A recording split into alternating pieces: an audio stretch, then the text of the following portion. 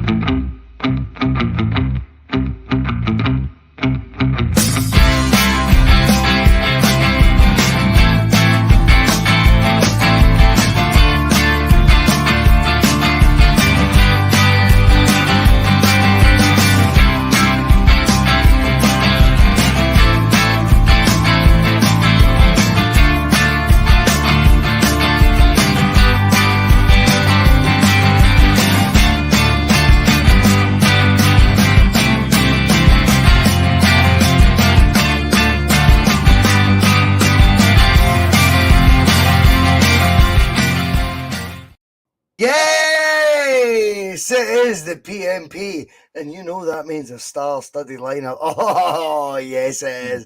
They talk about the front three battles. Will it be Jota, Kyogo, Maeda? Well, I've got Bhoycie Boy, Terry Robb, and Liam, the Punk Duck Warlord. That is a fun trio I think all Celtic fans should be jealous of. I really do. I believe it, and I do, and I do, and I do. Right, anyway, let's talk about the game. It's time to do P.M.P. But first, before all that stuff, Terry, Liam, how the devil are you? Superb, Bhoycie, superb. Absolutely enjoyed that today. Looking forward to picking through it. We've all been picking through it. Liam, how are you? Brilliant, brilliant. If you wanted a game to get you excited about the next game, this was the game. So it's got me right up for next week. So you know how it works. You know how it works in the media world, right? Is that, would you call that a rehearsal? Was that like the sort of rehearsal where they've still got the scripts in their hand and they're like going, right, and you say this and you say that and you pass a bit of paper over, do you know what I mean? That sort of thing? I think that's a pretty good rehearsal for Celtic for next week. I mean, I can't see Rangers giving us any further bother than what Aberdeen gave us. It was at home, but we'll be, be a neutral park. Aye, that was a good rehearsal. A good rehearsal. I love it. All that good stuff. Time. Hit subscribe. If you've not hit subscribe, it's totally up to you, by the way. It costs you F all. If you want to hit the like button, though, and you are watching live, hit it. Get the algorithm going, guys. You know, all that stuff. If you want to stick in the live chat, please do, because we love the talking points and we like to bat some back. And also, if you want to share it on your social media, absolutely your gift, but we'd be grateful if you did. Or if you want to become a Bhoycie Bus member, like Dixie, like Jim C, like Patrick McLaughlin, like Ali, like Scott Howe, like Jim Dolan, like Balls to the Walls. You know, all these guys are Bhoycie Bus members. They pay $1.99 a month. They get nothing extra. They just do it to support the bus. And I respect and I thank you so much for it. But it's totally optional. because this content will always be free. Who would put 20 pence in my busker's hat if I was standing at Glasgow Tube Station going, what did you make, by the way, the day in my Eda's performance? You know, it just wouldn't work, right? It wouldn't work. I wouldn't get any 20p's. So we will move on from that. Let's talk about the game. The face of P.M.P, Terry Robb. It's another one of those days, mate. 4-0. How come it feels like the days where we used to win 1 or 2-0? How come I just walk away going, just 4-0, Terry? I don't know, Bhoycie. Maybe it's just me. I thought that one was a wee bit more of a complete performance. I thought that was one right up there with our best this season to date. Probably the only downside, we only scored 4. You only scored 4, and you think you could have got that. Could have been anything in the first half, absolutely anything. Game out of the traps, game's done within 12 minutes, stress-free, rest of the afternoon. Like I said, there was balls fizzing across the Aberdeen 6-yard line for about the next 20 minutes after we scored the second goal. Could have been absolutely any score. Then second half, I kind of thought we were maybe just going to creep into that sort of game situation that we've seen a few times where we blast the team away in the first half and we just sort of stroll the second half. But again, towards the later stages, once we've made the substitutions, bit of fresh impetus, and we're off and run. Couple of absolute cracking goals in the second half as well, by the way. I totally agree, Liam. Right now, this is how it feels to be Celtic. Aye. I mean, when was the last time? Like, look at Moy. Moy wasn't even on the bench today. Usually in other seasons, we talked about it last night in Bustalgia. We were talking about Ronnie Dyler's last season, that you could never relax with a Ronnie Dyler team. You could be 1-0 up, 2-0 up, as we proved in Europe and stuff, and you still get scored on, still find a way how to throw it away. This team doesn't do that. And as soon as they went 1-0 up, it was a chance just to relax and then just watch some really, really good football. And I really love the creativity right now that Celtic is bringing to a game. Like some of our passing, some of the runs. I thought there was some really interesting play with Alistair Johnson getting to the touchline and getting balls across. Our balls that we were crossing into the box today looked a lot more deadlier. Well, balls to the walls. Is that what you're saying? Balls to the walls. I know. Aye. But, you know, I thought that was a great game to watch. 2-0, never any doubt, and then come on and end the game the way we started it, just full throttle, and then just taking goals off them. And I thought all 4 goals were good today. Really good. You're spot on. You're spot on. Terry, this team just is better and better and better than it gets the credit due.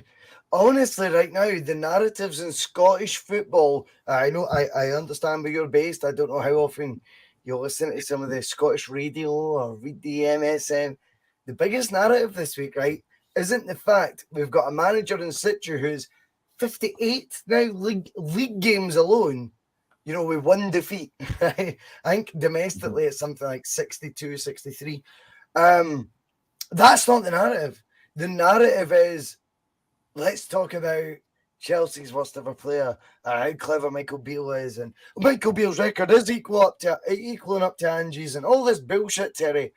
But yet again today, just to play that narrative a wee bit, we just pulled another goal away in that goal difference today, right?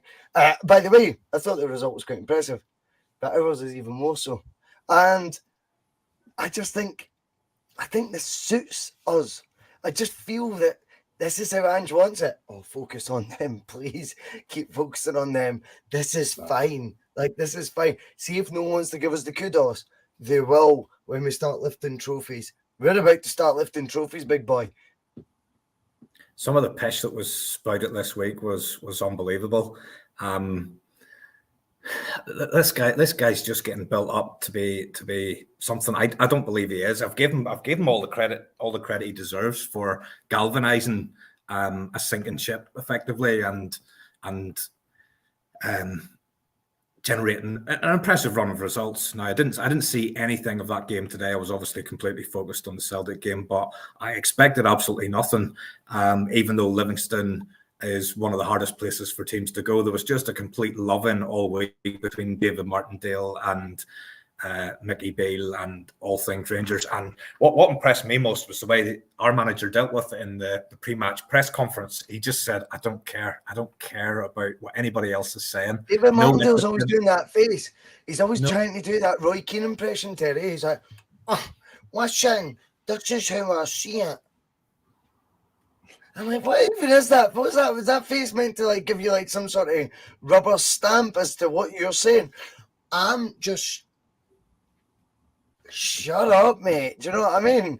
I think we're in a league of our own right now, Terry. Ange dealt with it the way you would expect a classy manager to deal with it, and the Celtic players went out and dealt with it the way today that a classy side you expect to deal with it. We do our talking on the park. I imagine from now right through till kick off next week, it's going to be the same absolute pish and nonsense that we have to listen to. I just hope we're sitting here roughly this time next Sunday, and everybody's delighted, and we've had a fair game and the right result that we hopefully deserve on the day. Well, it was a strange situation, Liam, because I actually bumped into Terry at the passport office last week, and the two of us are like, what are you doing here? What are you doing here? And he goes, well, if this goes tits up next Sunday, the two of us are fucking off. I went, fair enough. So me and Terry's passports are firmly renewed. There'll be no P.M.P next week if we get beaten. I'm only kidding. We'll be there. We'll front it. But Liam, I think Terry's hitting a lot of nails in the head. The narrative right now is completely off our team. And whilst we probably strive for, well, can we focus on the brilliance of our players right now? I think sometimes Ange goes, he just like goes, do you know what? Rather than blow up someone's arse, do you know what I mean? And lead to a Giakoumakis situation where he thinks he's better than he is, in Ange's view. I still love Giakoumakis. But I think Ange goes, oh, it's perfect. Just keep the focus on them. If they want to celebrate beating Partick Thistle 3-2 and winning the Integrity Cup of the Year, sound. We'll just keep smashing teams left, right, and centre by 4-goal margins. If that is going under the radar in Scottish football, cool. Like, cool. I think it suits this guy to the bone. I really do. Hey, do you think if Hatate was playing in England in that sort of form right now, that he wouldn't be the most talked about player in the country? I look at Hatate, the way he played the game and the way Ange, deals like. He never gets blown up either. It's always calm. It's a calmness about it. It's a team sport and it's an effort with everybody, not just the ones in the park, but the ones in the bench as well.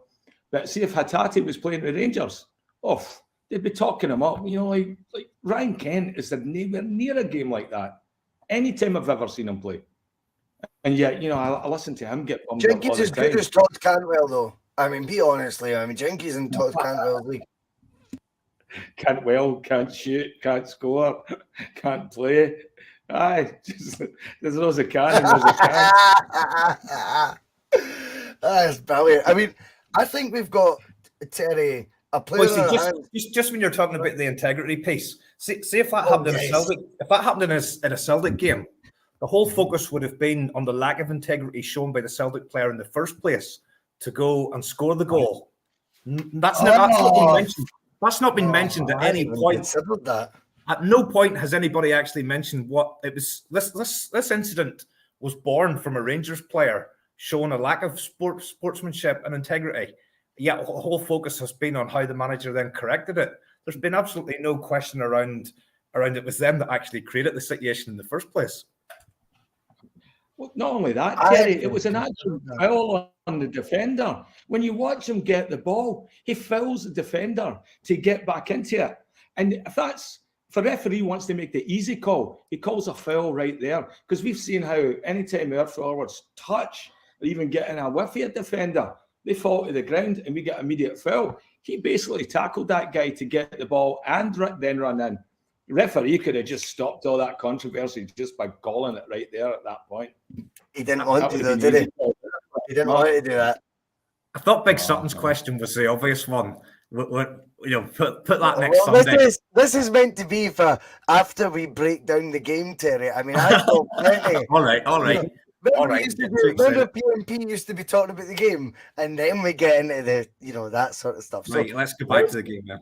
let's go back to the game. If that's all right, because it was a 4-0 win. And again, maybe the fact you're already focusing on other things tells you how much we're taking it for granted these days, Terry.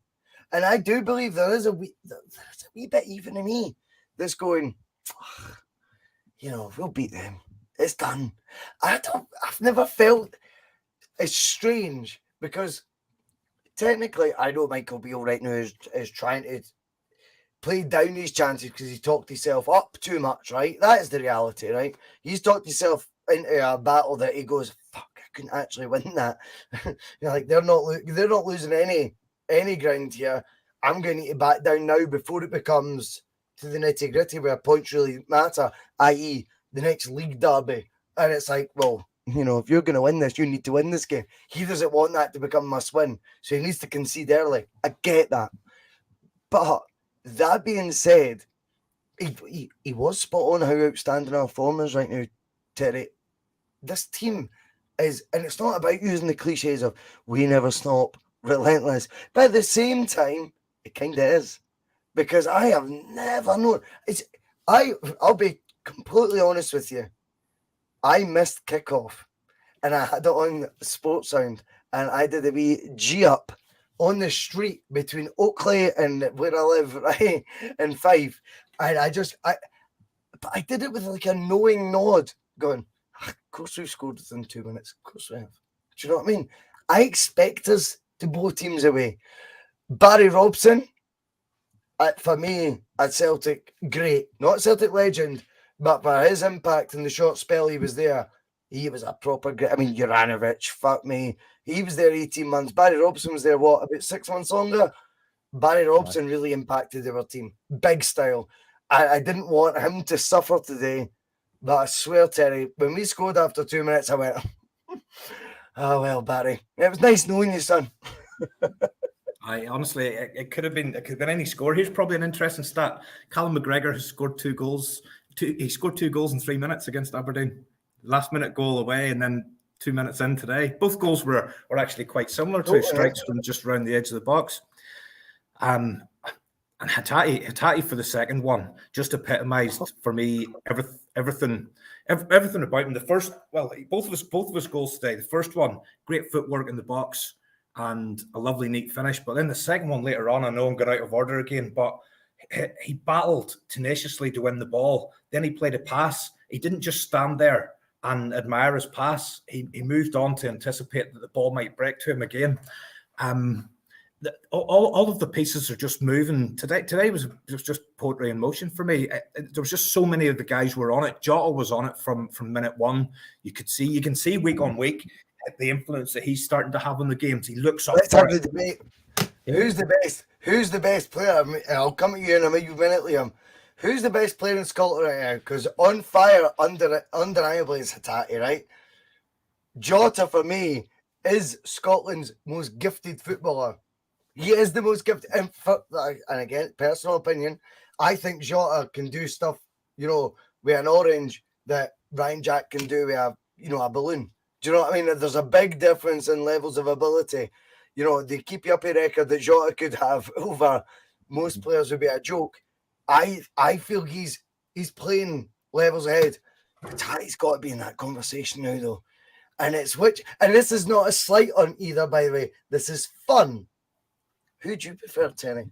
It depends how you look at the game, Bhoycie. So you've talked about Jota, and I think if you are influenced, and this isn't saying it's wrong. If you're influenced by the stepovers and the tricks and all the flicks and all that kind of thing, yeah, Jota is probably the most naturally gifted footballer in Scotland. However, if you're swayed more by someone who influences a game, takes a game by the scruff of the neck, Jota's a winger. He's either a right winger or a left winger. Hatate is a 6. Hatate's an 8. Hatate's a 10. Hatate's now also a right back. Hatate's also a left back.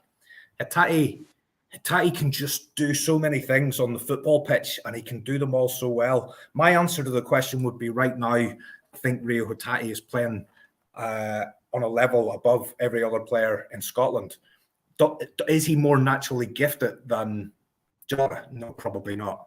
but they're different types of players. And I just think his influence on games, It's influence on games at the though. moment is just, it's unbelievable. He's just a complete player. Right, Liam. I'm going to pin you at the wall with those horns, mate. I've got those two horns in your throat, right? And I'm going, right, big man, I'm sorry to do this, but you pick one. Do you want Jota or do you want Hatate? Tell me which one you want. Hatate. Did he say Ryan Jack? Hatate. Every chance I get. Oh man, I'm looking at Hatate and it's like, see some of these spins and that he does in the midfield to get away from danger. It's like watching a magician just, doing illusions out of stuff. And it's like, how did he spin away to get away from him? And his touch when he's got the ball at very close quarters to him, unbelievable. And then he doesn't take a big wind up for a goal either. He manages to just pull his back 6 inches, foot back 6 inches, bang, he's picked that corner, and it's never a clumsy one. The goalkeeper's never getting a hand to it. It's always, he just hits it so fast. I think his thinking is, I think he's smarter than everybody else in Scotland right now. He seems to be playing the game like he's playing chess, and he's playing like 3 or 4 moves ahead everybody else in the park right now. And that's what he's like. It's like some of the moves that he does to just unlock a defence. We've been crying out for that for years, which is a creative midfielder. And it also puts in the defensive shift as well. I'll say it now. Liam, said Liam, me and you do Bustalgia, right?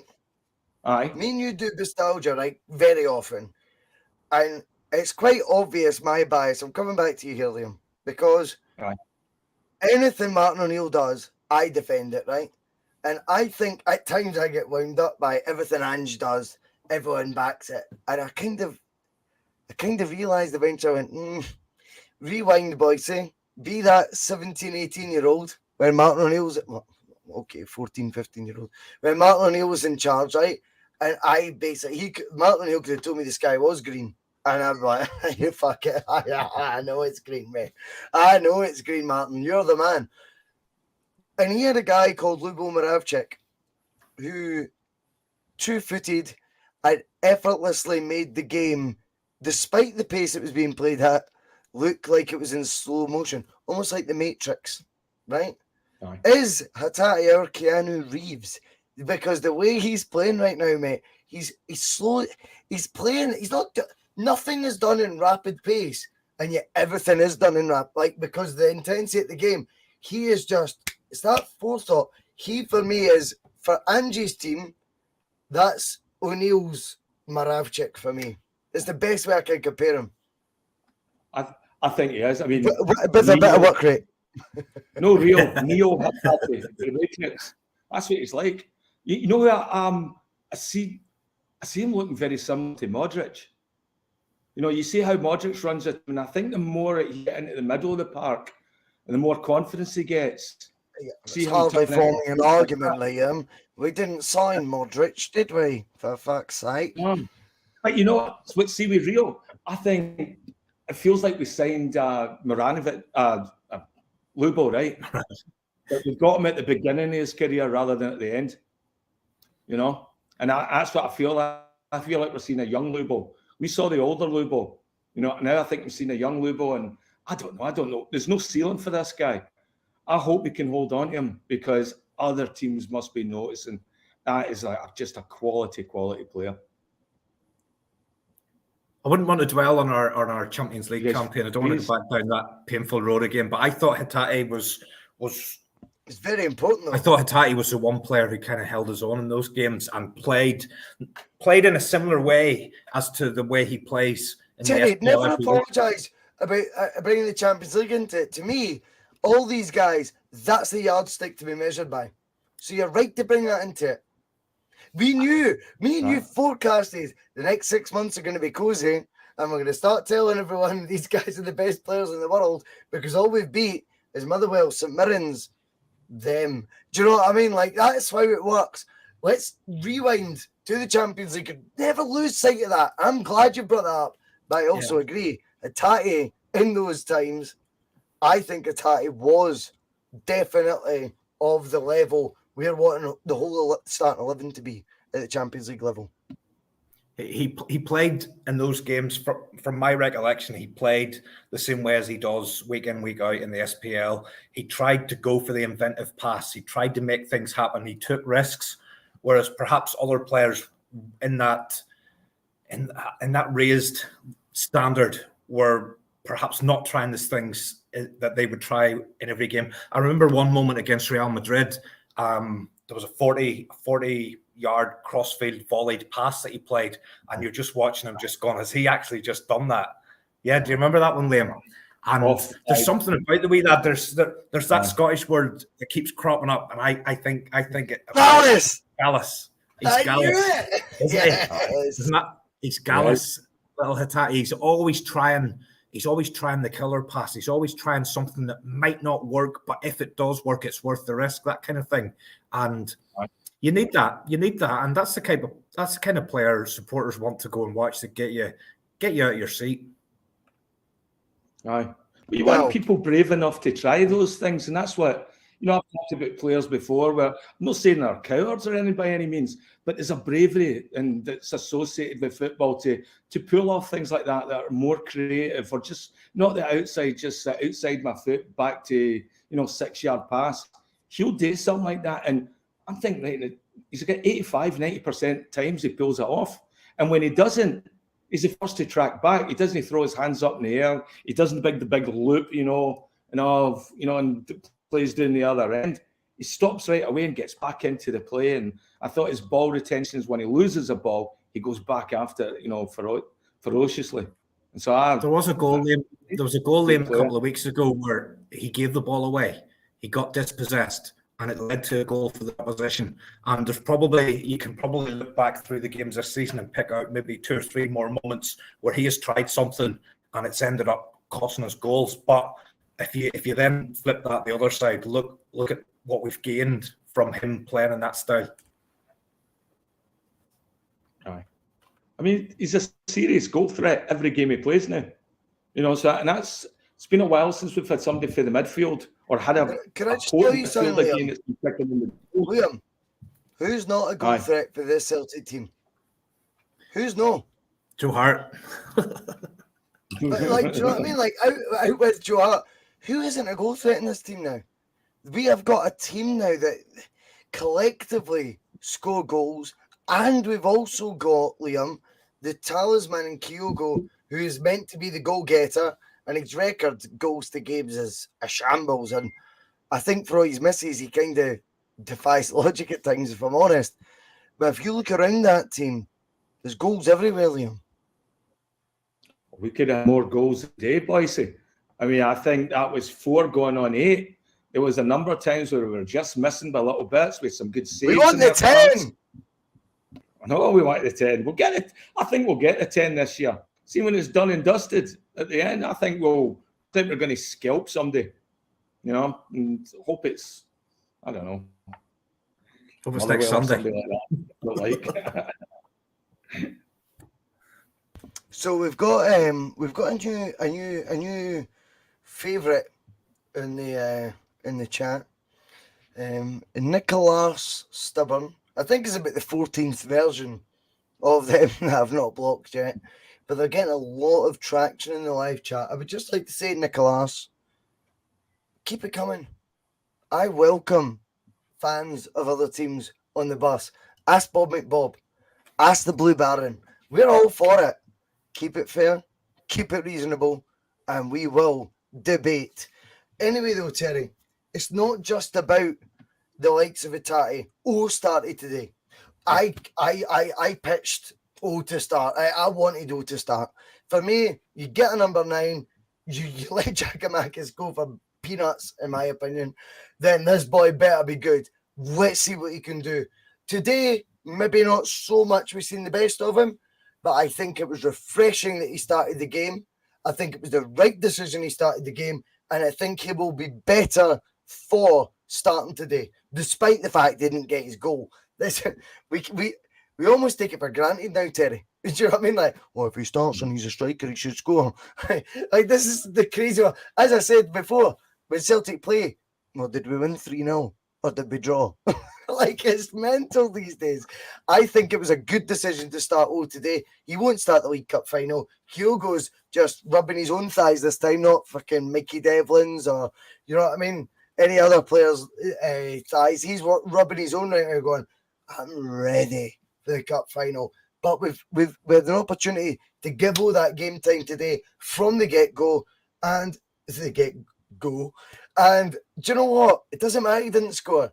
It was perfect that he started today. It was the right call, in my opinion, by the manager. I would have wrapped Kyogo completely. I wouldn't have brought him on. Yeah, I'm sitting there when he comes on thinking this could still go wrong. With him, mate. He's obsessed with him. He cannot resist. Kyogo, like, and Ange Postecoglou are like definitely like. Remember the only excuse, Liam? Do you remember the only excuse that was Martin O'Neill on the jet, and he goes, and I Dermot Desmond, I mean it, and I need more money. And one of the players, a senior player, he thinks the same. Who do you mean? Yeah, Lennon. And he pulls out a puppet. Well, that's Ange and Kyogo. As Kyogo's Ange's wee ventriloquist puppet going, give us more money, Dermot. That's his boy, right? So Kyogo will feature no matter what. That's just his man. I mean, to accept that. Did you hear his comment after the game? Angie said, John Kennedy says, I had to get Kyogo on. John Kennedy says he's getting really angry. We better put him on. Which I thought was really funny, Comfy Ange. You know, he's getting angry because, you know, it's like he must have a lot different relationship than Gio Kamakas had with him then. You know, if he's getting angry and he's just getting on the bench. I don't know. I think Ange has a bit of fun with Kyogo as well and just playing that with him. He seems like he'll do anything Ange tells him and play well. And I don't know, I agree with Terry. I think I would have liked to have seen a wee bit more of O, or maybe just hold them off on the bench for next week. I'm glad he started though today, Liam. Liam, we would be raging today. I'm saying I wanted O to play later.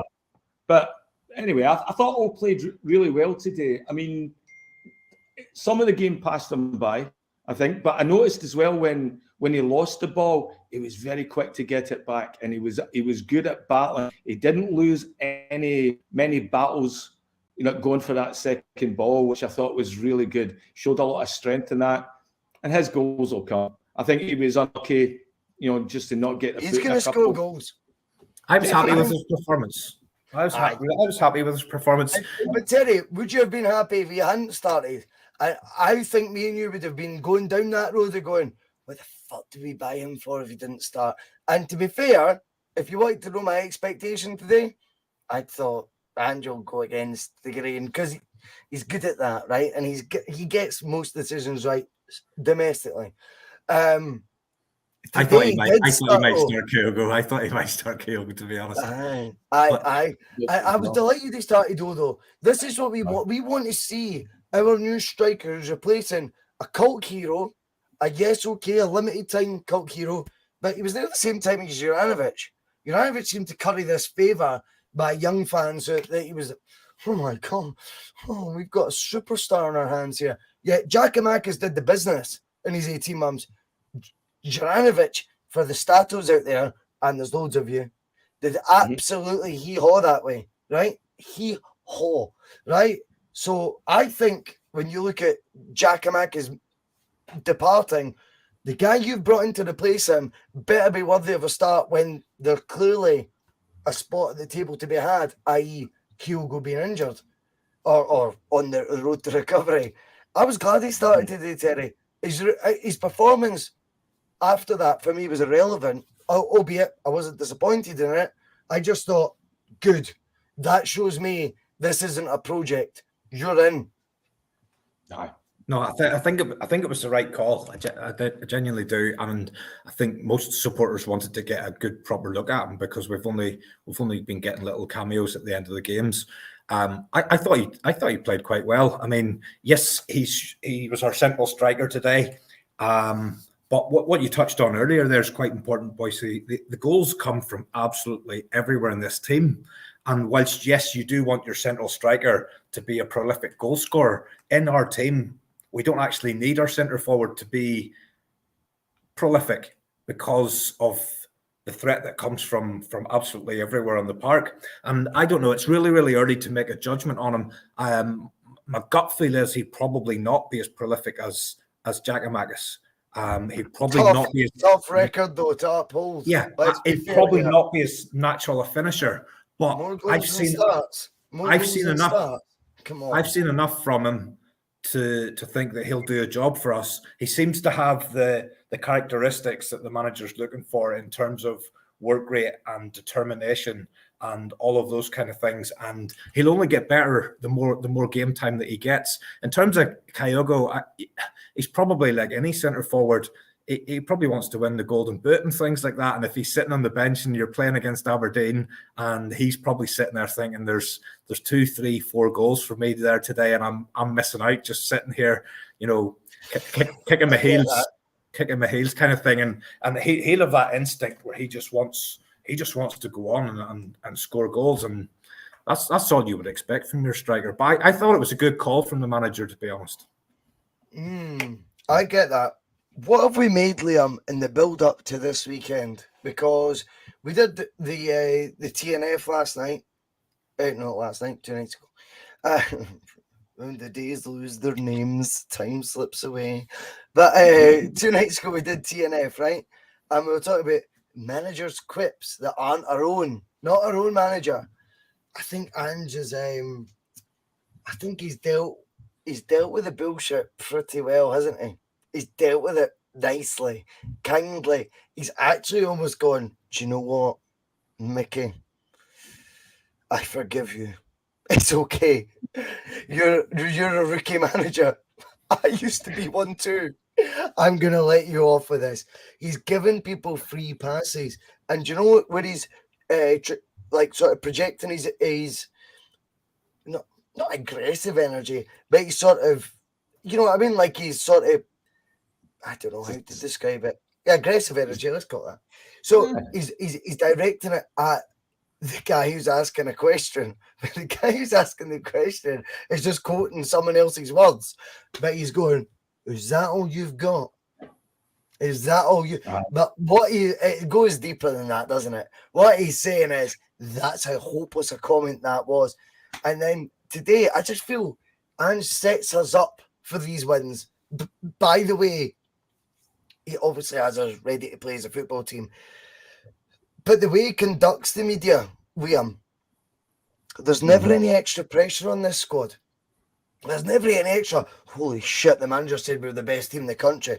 Or, holy shit, the manager said we shouldn't be in this position. We're lucky to be here. Or the manager didn't say, wow, he seems to be deflecting it all for the team.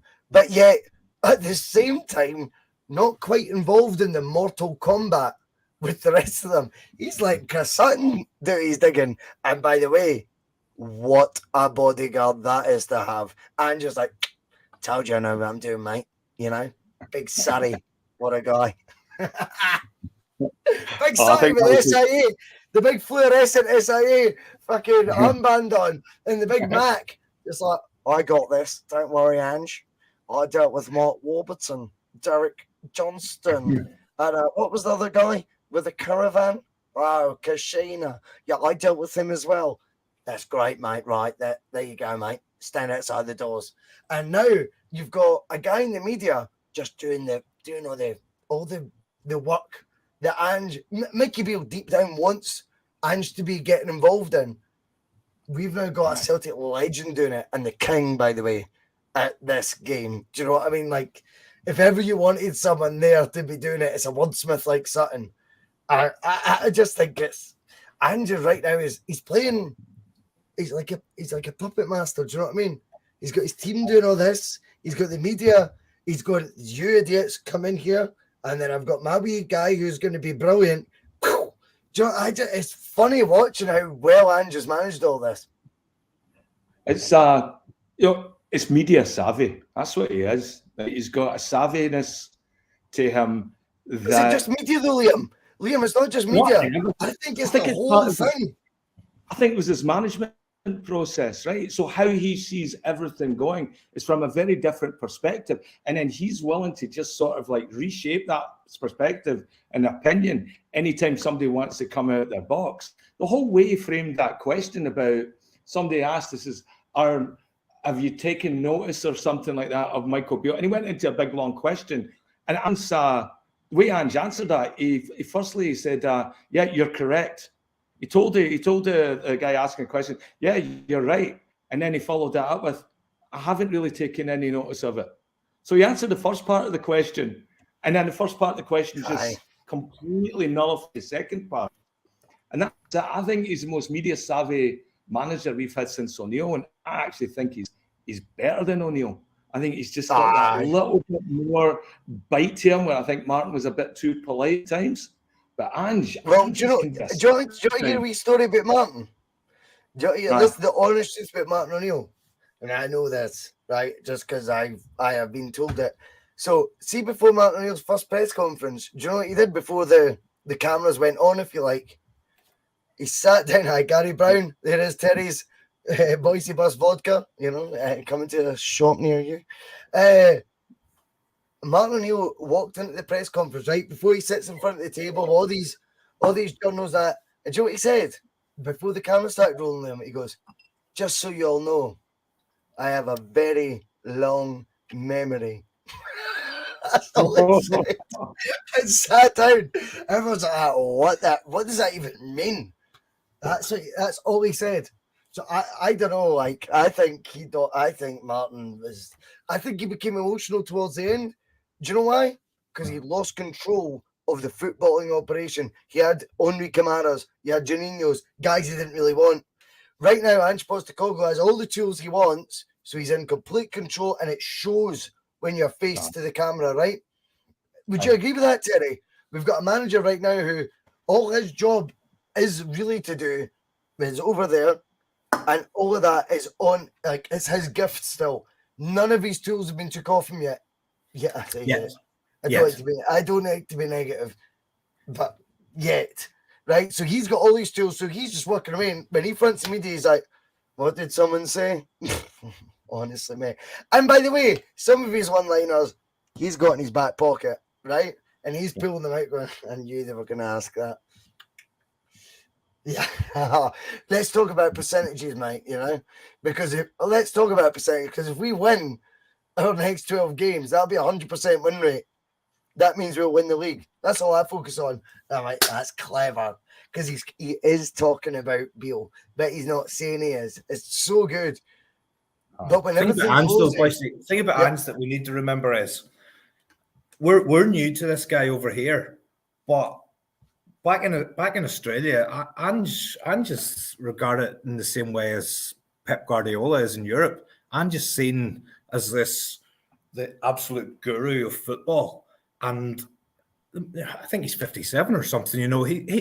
He's had a lot of experience dealing with media and journalists and all sorts of things. And what we've got now is a completely rounded, experienced individual who is at the stage where he's in absolute complete control. He's experienced everything there is to throw at him. And it's probably hard for us to understand, because we probably think of Australia as not being a footballing country. It's rugby or it's cricket or it's whatever. But he will have been under so much spotlight back home in his own homeland and all that kind of thing. And I would say for him, dealing with the journalists that he's dealing with now, it's easy for him. It's absolutely easy for him. It's candy. He's like, yeah, absolutely. Really? I mean, some of the muck that he gets asked, he must just be sitting there going, "Come on, guys, at least give me a challenge here." This is absolute drivel. Do you remember Liam when he joined? Ange joined, and there was a guy. I don't know what it was. Was it? What was the site called? A Celtic Star? I think it was them. And no offense if it wasn't you. I don't care, because you're all part of it, right? I don't give a shit. But someone from Celtic media, anyway, kind of went, "Ange, we're your friends. The media are not your friends." It sounded a bit deep to me, Liam, right, to be honest. And his first day, I was like, for fuck's sake, mate. It'll not be that when the rest of the fan media are all, game boys to fucking Lowell and whoever it is that give them a wee comfy seat, every pre-match. But all, swings and roundabouts. But I think there might have been, when I look back at that, he got ridiculed at the time. And I'm just kind of like, oh, fucking hell, mate. No worries. I look back at that and go, I think that was a bit refreshing that guy said that, because he's basically going, trust me. Those who are being kind to you now are sharpening their knives, right? And they expect you to fail. We'll be backing you. I'm sitting there at the time going, well, I'm not backing you. I don't think he's as good as Evans. That was the truth. I don't think he was, right? But I look back at that and I go, Ange, I think at that point in time, that question might have got ridiculed. But for whatever reason, I bet you at some point that went in the back of his mind and went, all right, is that right? Sound, noted. And I think he's dealt with it since then as, you're not my friends. You're not out here to benefit me. You are not out here to compliment me. Everything is double-edged sword. Every compliment is with a backhanded fucking snide. Sound. Let's go. Because right now, Ange Postecoglou is the most expenses in the history of Scottish football. He's got a net spend that is in profit. In profit, Liam. He's getting made to feel guilty. I think now you go, do you know what? That guy was right. They ain't your friends. And I just think now we're beginning to see Postecoglou. See, last season when he was speaking to what's he called? Who runs the BBC site now? What's his name? Who cares? And he was just like, well, depends what way you wanted the result to go, mate. At the end, because he goes, pick contract. He goes like, well, depends. And he's now like the anchor of that BBC show. Kenny Sunday. Kenny McIntyre, that's it. Yes. Well done. And I think now Ange's like, fuck them, man. Like, honestly, fuck them. But what Ange does, he'll say at the time, see in the heat of the moment, not listen to it, not heard it. He'll wait 2 weeks and then he'll re-quote them. It's all about percentages, mate. You go, oh, that's good. I think we've got a guy completely in control of his destiny. And it's now, by the way, can I just say, we're on the week. We are now on the week to Judgment Day. And not Mark Kelly's Judgment Day, as good as that is, check it out on the channel. But Judgment Day is coming. And I do believe, Liam, it's a case now of TikTok. I don't want manager and players to be too pally with the media. I like the way he does, the way he takes it on right now. I think that's fueled him ever since he was told, Ange, absolutely not good enough, Hugh Evans and all that. And I think all that stuff, do you think O'Neill's got a long memory? I think Ange has got a much longer memory. I think he sees everything that he's doing right now I think he's trying to start a football philosophy. This is my head. I get it. He's something bigger than just a manager that's came to Celtic. I think what this is a chance for Ange to develop a football philosophy. I hope that somewhere deep inside him, he wants to be perceived as a guy like Puskas, right? And it's no secret. He shared a car with Puskas because Puskas spoke Greek and he used to drive him to training somewhere in Melbourne and that. And you got to be like, my dad used to, I'm not old enough to remember Puskas, I'm not that old, but my dad used to say that is the best complete player he'd ever seen in his life when he played with Real Madrid and they came to Glasgow. Ange says now, Liam, Ange says now, he goes, even as a manager, he goes, he didn't diet, he didn't do any training, he just cut about fat. He's just telling us the game's simple. The game's simple. I love that. Aye.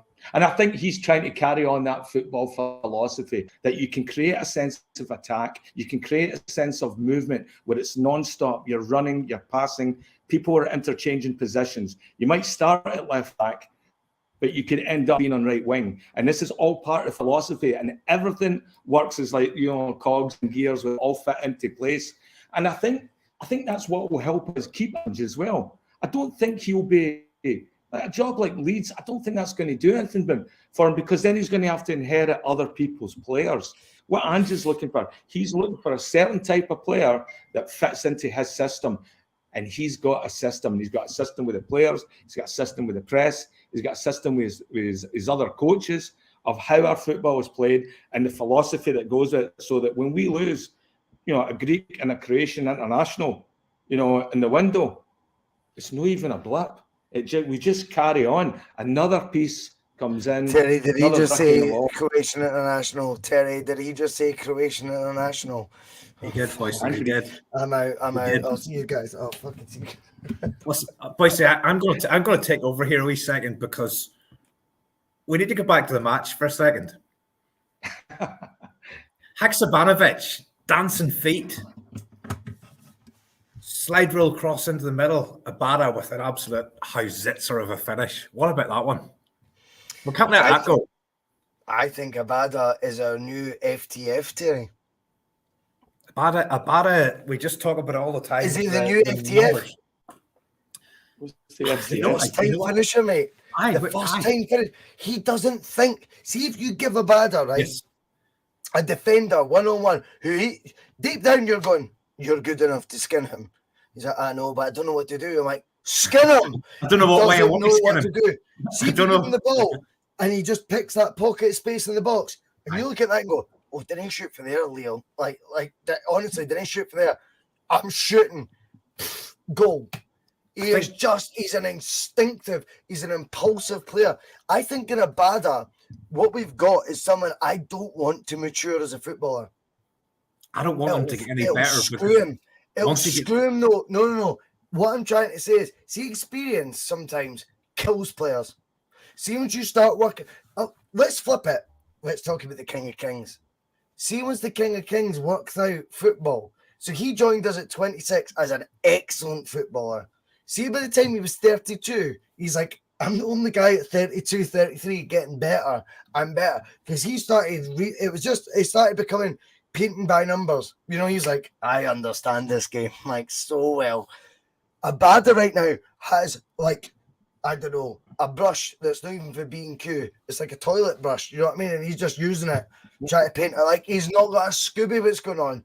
And that impulsiveness, that works for me. I think Terry with Abada, that's the beauty of him. I think once he's overcoached, I think he'll be at a Crystal Palace like Edward. And I think we and you'll be talking, his numbers are pretty shit down there, eh? And it'll be 3 goals, 4 assists, and 17 sub-appearances. That's generally what I think would happen if he went down there.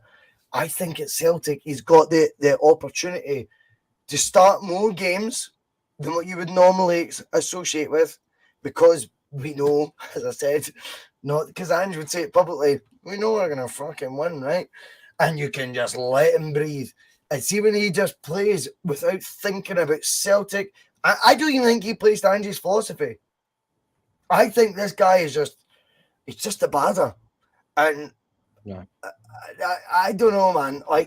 Yes, I get that he could be worth money in the future, but once he goes there, you'll see a different guy. I think we've just got him at the right time. And sometimes, by the way, players peak when they don't know the game, not necessarily when they do know the game. Michael Owen is the biggest case in point. You look at him at 17, he was the top scorer in the English Premier League, because he didn't understand that you wouldn't have the audacity to do that, would you? Oh, I never thought about it, mate. Fair enough. See, if you never think, you can do great things. I think Abada right now is our joker card. That's how I would describe him. I'm delighted he's part of that team. And it's no surprise. The finish today, again, it's instinctive. It's first time. And it's what sometimes the first 11 lacks. I take your point about he could go down south and he could sort of disappear. I just have a gut feel about Abada. I just think he's better than that. I think it's about timing whenever his next move happens. I hope it's not for a long time. You would have said that about Edward, though, Terry. Be honest. I mean, I'll be honest with you. Edward never totally done it for me. Okay. Would Dembele have done them better than he's done? Musa? Yeah. I expected him to do better than he's done, yeah. I really did. I just think sometimes we're a wee bit captured in our own environment. You know what I mean? Sorry. Nah, Abada for me, he's broke into the national team, Bhoycie, in the last 12 months. He's been racking up good numbers for them as well. I just think there's something a little bit special in there. I get your point. I take your point. As he matures and he starts to learn about the game, will that actually work against him? Because he'll have lost that sort of raw ignorance almost. Madness! That finish today was just ignorant. It was just an ignorant finish. You know what I'm saying? I don't know. I have high hopes for him. I think he's going to be a special player. There's just something about the kid I really, really like. Does he get into my team next week? Probably on the face of it. I don't know that he. I don't know that he starts. I don't think he gets into Ange's team. Why do you want this guy, Terry, to go down to the English Premier League? No, I don't say you want him to. But why do you envisage this guy going down to the English Premier League, tearing it up, but yeah, against our rivals who, let's be honest, are okay? Why do you not see him when you start lining up against them? Well, balance it, Terry, pal. Sorry? You've got to balance the argument, you know? Yeah, I just think the way the team's playing at the moment, I think Jota starts, and I think Maeda's done enough to secure his place as well. But you've got to remember this. Shite then. You just said about a shite. What planet are you on, you tool? For his age, this guy is at an advanced level for his years. If he keeps developing as he has done in the last 2 years, I think there's a special player in there. I really do. Well, for me... I'll tell you one thing. Borna Barisic will be very, very nervous next Saturday night, wondering about what name's going to appear in the team sheet. The last one he wants to see is Leila Abada, because he's took fucking 4 or 5 goals off him in the last couple of seasons. And this leads me perfect, Liam, to what I was going to ask. So, based on the hype that Teddy's given to Abada, even though he's not actually in his favourite Celtic 11, and he thinks he's the best. He is in mine. He is in mine. He's in my. He is in your favourite Celtic 11, right? Okay. For next Sunday, I don't think he moves his goalposts more than I used to move. Like the wee geeky pal who used to watch Robot Wars. You know what I mean? His jumper, his goalpost. That's what Terry's now doing. You know, he's moving his goalpost big time these days, right? But that's okay. Who plays? Because for me, Jota's got to be right or left. He has to. He is the best. He's our most expensive signing under Ange for a reason. He's the most gifted player in the country. Then it's either Dyson or Abada. Dyson Maeda gives you a fucking chronic head. He gives you a migraine. Dyson migraine-ida. You know what I mean? He just pickles folks' heads. However, Abada gets the numbers. And it's Abada that makes Barisic wake up with the sweats. It's the Abada who goes, so they talk about slippers. I've got Cameron carpet slippers on the new. He just creeps in at the back. Goal. And he's such an unsuspecting player as Abada. Who would you be going for? Because let's be honest, if we're just telling the truth, Maeda's the boy in form. Jota for me is the poster boy of the wing. That is the two in my mind. If I was a manager, I'd be going for. But Abada just again today, you look at that finish and you go, how'd you leave that out? Because if there comes that point where we just need a goal, he'll have found that wee pocket of space. See that breakdown where the ball just broke? He'll be the one standing there, and he's the one who just has that cleanse of mind because he's off his head. He doesn't think about the consequences. He just scores. I think Jota's going to be preparing for the goal celebration all week. I think he's looking for something iconic to do the last one with a fist to the sky, rebel till I die stance, which was absolutely brilliant against them. His box office. We talk about this all the time. I think Jota have to start Jota. Maeda's going to give them fits. But I think, go Barisic beat as well. Croatian International. They've got it right back. I think then Abada's great to bring on. I think you go with Jota. What I do like about Abada though is he gets into the middle of the goal. He doesn't score many of his goals for the wing or for that side. It always for the middle, and so he knows where to go. He's got a but he doesn't know where he's going. No, this is the thing, Liam. but he's always on that penalty. He manages his circle in the penalty box. The balls that come over go out wide to an empty park because he's moved in so close. And I think that's one of the reasons why he's so dangerous, is because they don't know how to track him. Because at that point, you got Alistair Johnson or Matt O'Reilly moving into that space. And so that's But do you think it's by default or design that Abada finds himself in these spaces? I genuinely think he doesn't know what he's doing at times. I think he's impulsive. That's a compliment, by the way. Aye. No, I see what you're saying. I mean, some players work on intuition, other players work on practice and form and stuff. Like, so Jota's no intuition. I think Jota he knows what he's going to do with the ball before he gets it. Because I think Abada as well, if you give him the ball and he's got too much time, as you said, to think about it, he'll run out of the park, right? But if he's got one snap at the goal and it's just about sensing the chaos and the ball ricocheting and about, and it's going to come off something, he's very, very good at intuitively finding the right place to be in. And then when he gets it, he doesn't even think, he just blasts it. Because all his goals, he doesn't place many. He's just getting it and he's swinging it. He's making contact with the ball before anybody else can even see that it's been redirected. And that, somebody said before, he's always on target, mate.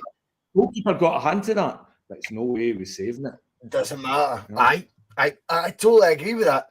I think, Terry, we've got a conundrum that's a beautiful conundrum. The front three, right? And by the way, I will admit, petition's a bit strong because they don't do a petition, but I definitely want another number 9. I want 3 number 9s to be battling for the number 9 jersey. However, when you look at it as a front 3, if you like, a trilogy, I look at that and go, fucking hell, the options are frightening. The options are, tell me one and I'll go, do you know what, that will actually probably work in the final. Tell me another one and I'll go, do you know what, that'll work better. It's totally up in the air right now, I think. And Abada today, by the way, with the goal, I think he just goes to the manager. Remember me? I'm numbers. It's like Terry Robb. It's like Terry Robb in the P.M.P, Liam, Come when you just need the numbers. And you go, when are we next going to have a 2,000 viewed show? Phone Terry. Get the Terry. When are you going to get a goal and assist? Phone Abada. You watch him, Bhoycie, you watch him, you think he's shite, you think he hasn't a clue, and you check the numbers. You are Leo Abada, basically, Terry. Listen, the front three next week. The front three next week is Maeda, Kyogo, and Jota. That's what the front three is going to be starting the game. However, Abada doesn't start. Abada doesn't start now. But see what you were saying. I want to see so much more of Said Haksabanovic. I want to watch this guy playing football. We're going to talk about him. You're right. Watch him. I want to talk about Haksabanovic. I think, Liam, I'm worried. I think he's going to fall foul of the Giakoumakis. I'll tell you why. Did you notice today when he missed his opportunity, squaffed it, right? Look at his frustration. Now, the only guy I've seen look like he's kicking and scuffing and what he punched the turf, that was Giakoumakis. Right. He reminds me of him. And I went, he knows he's in an unfair uphill battle to get his jersey, right? Right. Doesn't matter what you do. My favourites are, the 3 ahead of you. You might be 4th choice winger, right? I've got the 3 ahead of you. I think it's coming to the 4.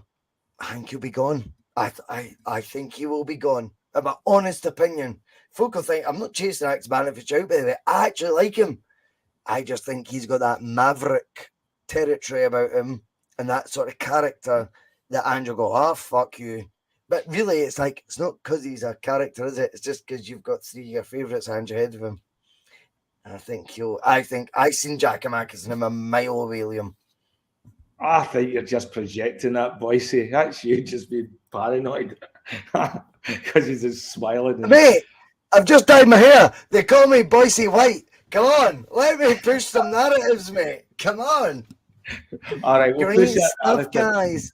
All right. Let's mold this a wee bit then. Okay. I can see what you think. I think there's a temperament that you see with all players that come for the Balkans as well, that they've got that little bit of impetuous in them. There's a bit of a bad boy. It always is. Anywhere it comes to that part of the world, there's always a bit of gangster about them, you know. And that gangster, sometimes it leads on to just being a bit more emotional in the park. Like, I think he'd be the first to snap at somebody. You know, you see it as well. Does Ange like a player like that? Was that? I don't think rounded team. We need a team like that. Like, can I just be honest with you, Liam? Haksabanovic has been in the door now over 6 or 7 months, and yet at no point have we all went, "Oh, he's totally match fit, man." Like, eventually that excuse has got to wear thin. He's no fancied, mate. I'm telling you. Well, do you think maybe it was okay? We're going to give Turnbull a shot, and then Turnbull came on, scored a couple of goals, but then when he got that start, he just looked really flat.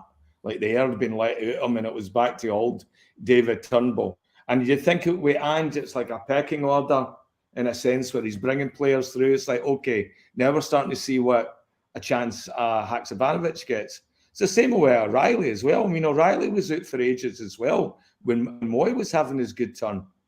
But I don't know, is Ange building something like, again, if the system was so fluid and works so well, that you'll see players are going to come in and they're going to rise. Liam, is he another European signing that really Ange doesn't fancy for his long-term haul? I'm being honest though, mate. Like, I loved what I've seen for Haksabanovic. Like, I cannot be more honest than that. But I remember he was the best player in the park away to Shakhtar. Right. Half hooked. And I thought, okay, fitness-wise, but he's never seemed to have been match fit. That seems to be the narrative. He's no match fit enough to play. He seems to be 4th, 5th in the pecking order. James Forrest started at Ibrox. Fuck me. No. Where is this guy in this pecking order, Liam? You know, I always think he's a player suited for Ibrox. I think, you know, like the same way we talk about where Juranovic sort of came of age with us is when he was like, you know, laughing away at Ryan Kent and, you know, come on, you can't get past me.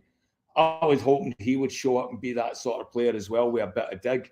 You know, that one game that we lost Rangers in the Cup, I wish we had a bit more steel in our team at that point, and I don't think that would have happened to Haksabanovic and that. I mean, they're going to be trying to kick lumps at us next week. So, what am I missing here? I just laugh at the username. Virgil John Dykes, the wee fella. I mean, I don't know who this is, but that's brilliant. Well, see, did you punt that other guy there for making personal comments about your appearance? Nicholas Sturgeon, or whatever he was called. No, I never punted him for that. No. It'll take more than that for me to punt someone. Yeah. It'll take more than that. Oh, no. It's a cheap shot, though. It's a cheap shot. Do you know what I mean? We're sitting here talking. I'm a good-looking boy, mate. Do you know what I mean? And I've had more hot dinners. I've had more hot dinners than I've had cold dinners. Do you know what I mean? And we still stubborn arse. What we referred to there, Rod Stewart's love child. I think more like fucking Wurzel Gummidge. Wurzel Gummidge. Do you know what I mean? Right, so you're actually being more hurtful than the commenter. I'm allowed. Because Rod Stewart punt me then. Rod Stewart let it be known.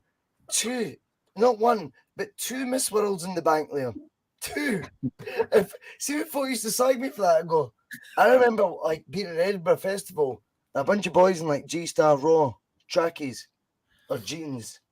It was like a gang of them. They were like blazing squad. I'm sitting with my missus, who was exceptionally good looking. I'm not exaggerating. She was a babe, right? I hate her like, but fucking hell, she was beautiful, right? And I'm sitting with her, and these 10 boys come up. They start going, "Oh, fucking Rod Stewart." I'm sitting like that. Are they comparing me to a guy who's had 2 Miss Worlds? 2. How many Kenzie had, you cunt? There goes ad revenue again. What's the minute? Just so we know what minute that was. It's just bingo, mate, honestly. But Russell Gummidge, Sean the Max laughing at that. Well done. Anyway, what were we talking about? Fucking no, I've absolutely no idea. We've got to this stage where we just talk absolute pish. Right. I'm not being funny. It is now the build-up. It's TikTok time. Liam, Game face. I want to know how you're feeling in the lead-up because, as you always say, you're kind of in reverse gear because you're always... Jeez, oh. One of my mixers. It's getting very 1997 over here, like, you know what I mean? Jeez, so mate. Anyway, Liam, we are now in the road to Hampden. It's not a final. I particularly at the start of the season was bothered about. Right? Couldn't give a monkeys. That's the honest truth. But it's coming. It's against our rivals. And the narrative has slowly but surely changed. How are you feeling going into this now? I can't emphasise enough how confident and assured I feel. Celtic's done everything they want. All the noise has been about what's going on beside us. Celtic haven't changed. Why change next Sunday? Why change? Well, I think they're going to put out a physical team again. And I think they're going to try and run us and kick us and do everything they can to put us off our game. I see that as being the big thing next week. And we've seen that before with Bobby Madden. Like a really shite referee can, like just take down our game. You disrupt all the flow. I remember Lumsden taking a kick at Hatate very early in the game. And it was one of them in the back of the legs. And you could see he struggled to get up.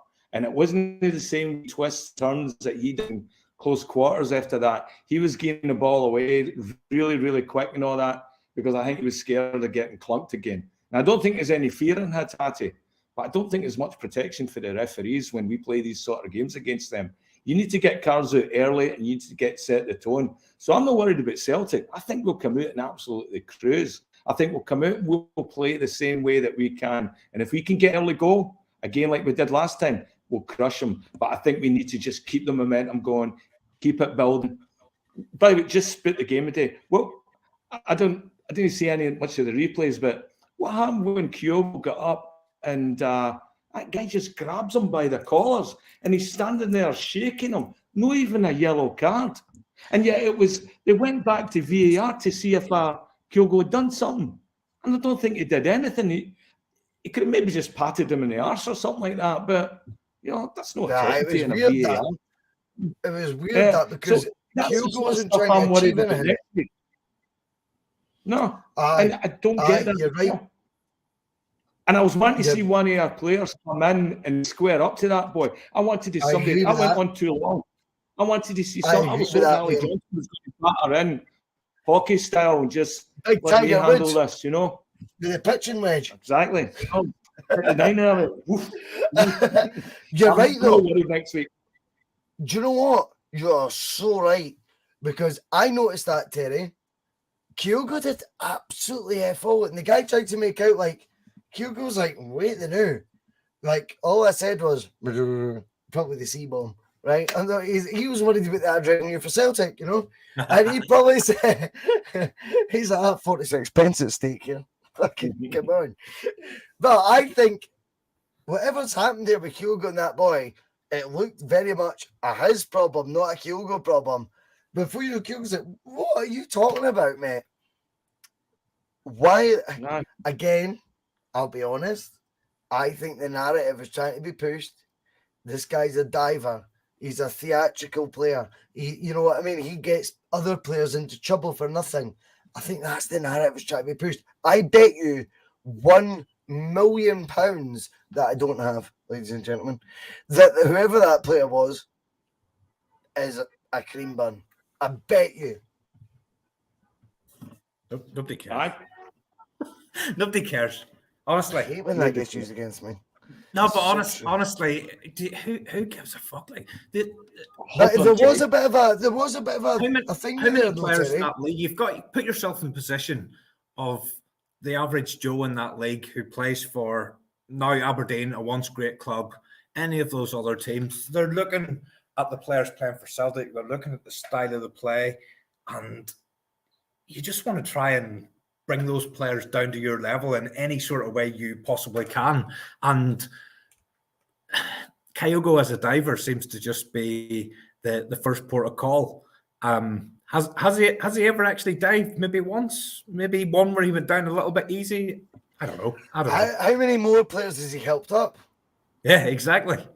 And this is where it comes to it now, Terry, because we're in the juicy bit of the P.M.P, and you know we love this bit.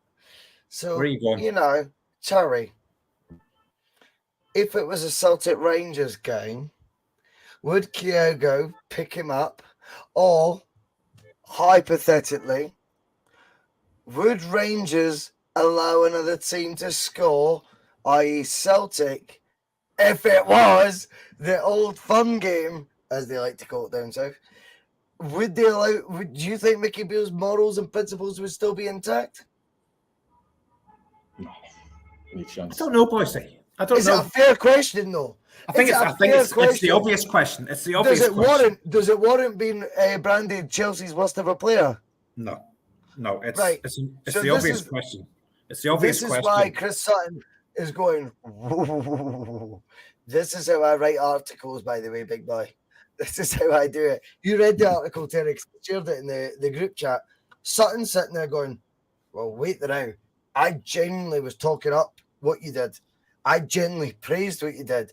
All I said, it's not even flippantly, was, would you do that against Rangers? Because the reaction, I think, from Bob McBobs of the world, well, you know, I'm not really having that, Mickey Beale. I'm not having that. Don't give them goals. Would you do that against Celtic? Would he risk his neck on the line and tell his team to concede the goal to Celtic? Oh, come on. I mean, there's no chance. I think it's unlikely, Bhoycie, right? But I'd also give the guy the benefit of the doubt. I would give him the benefit of the doubt. That scenario is not. Is it a fair question then, Terry? I think it's a fair question. It's not a fair question. I think it's a fair question to ask him. Sutton never said he wouldn't. All Sutton said was, would he? Yeah. I can't sit here and say he definitely wouldn't. The likelihood is that he probably wouldn't. But we don't know this guy. We don't know this guy. And do you know what the interesting thing about it is? The pylon from the Rangers support who've distanced themselves from that action and said that was the wrong action to take. So how many times on this bus in probably the last 2 or 3 months, we've got a couple of decisions and we've sat here and talked for 20, 30 minutes about how we felt that was the wrong decision and we didn't want any favoritism from not favoritism. We didn't want any decision that wasn't right during the game. We got a penalty that we shouldn't have got. We didn't want that penalty. But the other team should have had a penalty. Here, though, Terry. No, but where I'm going with this is that in my circle of Celtic supporting friends, which I did regard you as one of before this show started, all we want. We think the same. We want a fair game of football. We don't want things that we're not due. But their support, a large section of their support have piled on the manager this week. You've seen the banner. You've seen the banner from today's game. Well, at least they know how old they are. I mean, 2 trophies in 11 years. At least they know how old they are. They're lambasting this manager. They're lambasting like how long they've been alive. 11 years. 11 years, of course. You've only won 2 trophies in 11 years. They're accepting the fact they're Sevco. It's brilliant to see. It's all a mountain out of a molehill, as Sati says, I think Sutton asked a fair question. Would you see Liam? It's an absolutely fair question. Liam, in a Celtic Rangers game, he doesn't do it. He doesn't do it. Of course he doesn't. And I don't. And by the way, Sutton never even pitched it as he wouldn't do it in that. He just went, would he do that? It's hard to imagine, but would he? And I don't think there's anything wrong with that. See, for a manager to be, I'll quote Sutton, to be as thin-skinned as his bog roll paper, he goes to then start reacting, calling me Chelsea's worst ever player. Well, I must have not noticed who Mickey Beale was in West London. because it turns out when you Google him, he's more hated in West London than I am. I don't think he's even hated. That's a guy who won a golden boot in England. You know, top Right, scorer. scored against Man United for Chelsea, by the way. Scored against Man United for Chelsea. Right. He's also with Blackburn. His record's unbelievable in England. It's not like he struggled in England. No, he won the top prize. Him and Shearer and that, and absolutely brilliant player. I think that's just the cracks beginning to show. I think this week's going to be really, really interesting. Do you think anybody at Rangers has a word with him and say, listen, stop talking to the media, stop talking to people this week, just concentrate on the team? Or do you think he'll not be able to control it? Like he loves a big, long-winded rant with no commas, no inflections of tone. It's just like he's reading off a teleprompter. You know, do you remember Liam? And it's not. Liam, do you remember Mark said, I think we could invite him on the bus? I said that. That was you. You could have, sorry, mate. Sorry. I've been on all week. Mate. So, I know. Sorry, mate. Sorry. Your overtime pays. It's in the post, mate. It's in the post. Overtime. I know. I just waiting for it to convert to Canadian so I can spend it. Guys, I'm a bit more nervous about next week than both of you. I approach it with a wee bit more trepidation. And again, I don't want to play the old card of referees and stuff. I reckon we're on the end of a bad decision next week before the game even starts. How any rational person can select a referee who has a conflict of interests as the main man in the middle, and a self-confessed Rangers fan who drinks in Rangers bars after officiating in a Celtic Rangers game as the VAR official. How they can be picked as the right two people for that game is beyond me. Don't care. No? Don't care. You don't Football wins. You don't think we'll be in the end of a bad decision next Sunday? Football wins. We'll beat them. I guarantee you next Sunday. We'll beat them. Next Sunday, you and I are sitting talking about a decision that went against us because of the guys who made that decision. I'm telling you right now. I agree. I'm telling you right now. Have a big conversation. How can a supporter of one of those teams sit there in the VAR room and make honest decisions? You can't fucking do it. Could you do it? Could you do it, Bhoycie? Could you sit there and make an honest decision on that game? But no. It's the same thing. But I still believe. I think the football will do the talking. I think we're streets ahead of them. I think there will be one major decision against us in that game. We'll be talking about it next Sunday. Fair enough. You can play me back. Whether it's the defining moment. The last thing I ever want to do in life is play back comments. No, but like, I don't know. I mean, I get nervous. I always get nervous about these. Maybe I'm channeling my inner Ange. But recently, I've seen stuff about Celtic play before, Celtic always play after Rangers at the weekend. I'm like, fuck that. Who cares? We play 38 games. Win the majority of those games, you'll win the league. Win more games than they do. Oh no, but it's no fair because they go in front of us. If you subscribe to that, fine. But I don't. And when it comes to referees, we all know how bad it is. It's not changed. The goalposts haven't moved ahead of this League Cup final. They're the exact same goalposts. If you think they are shifted to a certain direction, fine. But it's not a drastic change. It's the exact same as it's always been. I think we've got too much for them, Liam. I think we do have as well. But, you know, like today's goal as well, like the one that was chopped off, everybody knew that was offside. That the linesman was in perfect position with it. Then he put his flag up, and we still went to VAR to find a way to chop off that goal. In fact, it was going to be a penalty to Abada, which I didn't think was really a penalty either when Johnny Hayes slid in. Didn't seem to do anything other than just, I think he just got surprised because Maeda was behind him. You know, there was nothing there. You know, I don't think it was a penalty. And then you see that going back to, to the offside.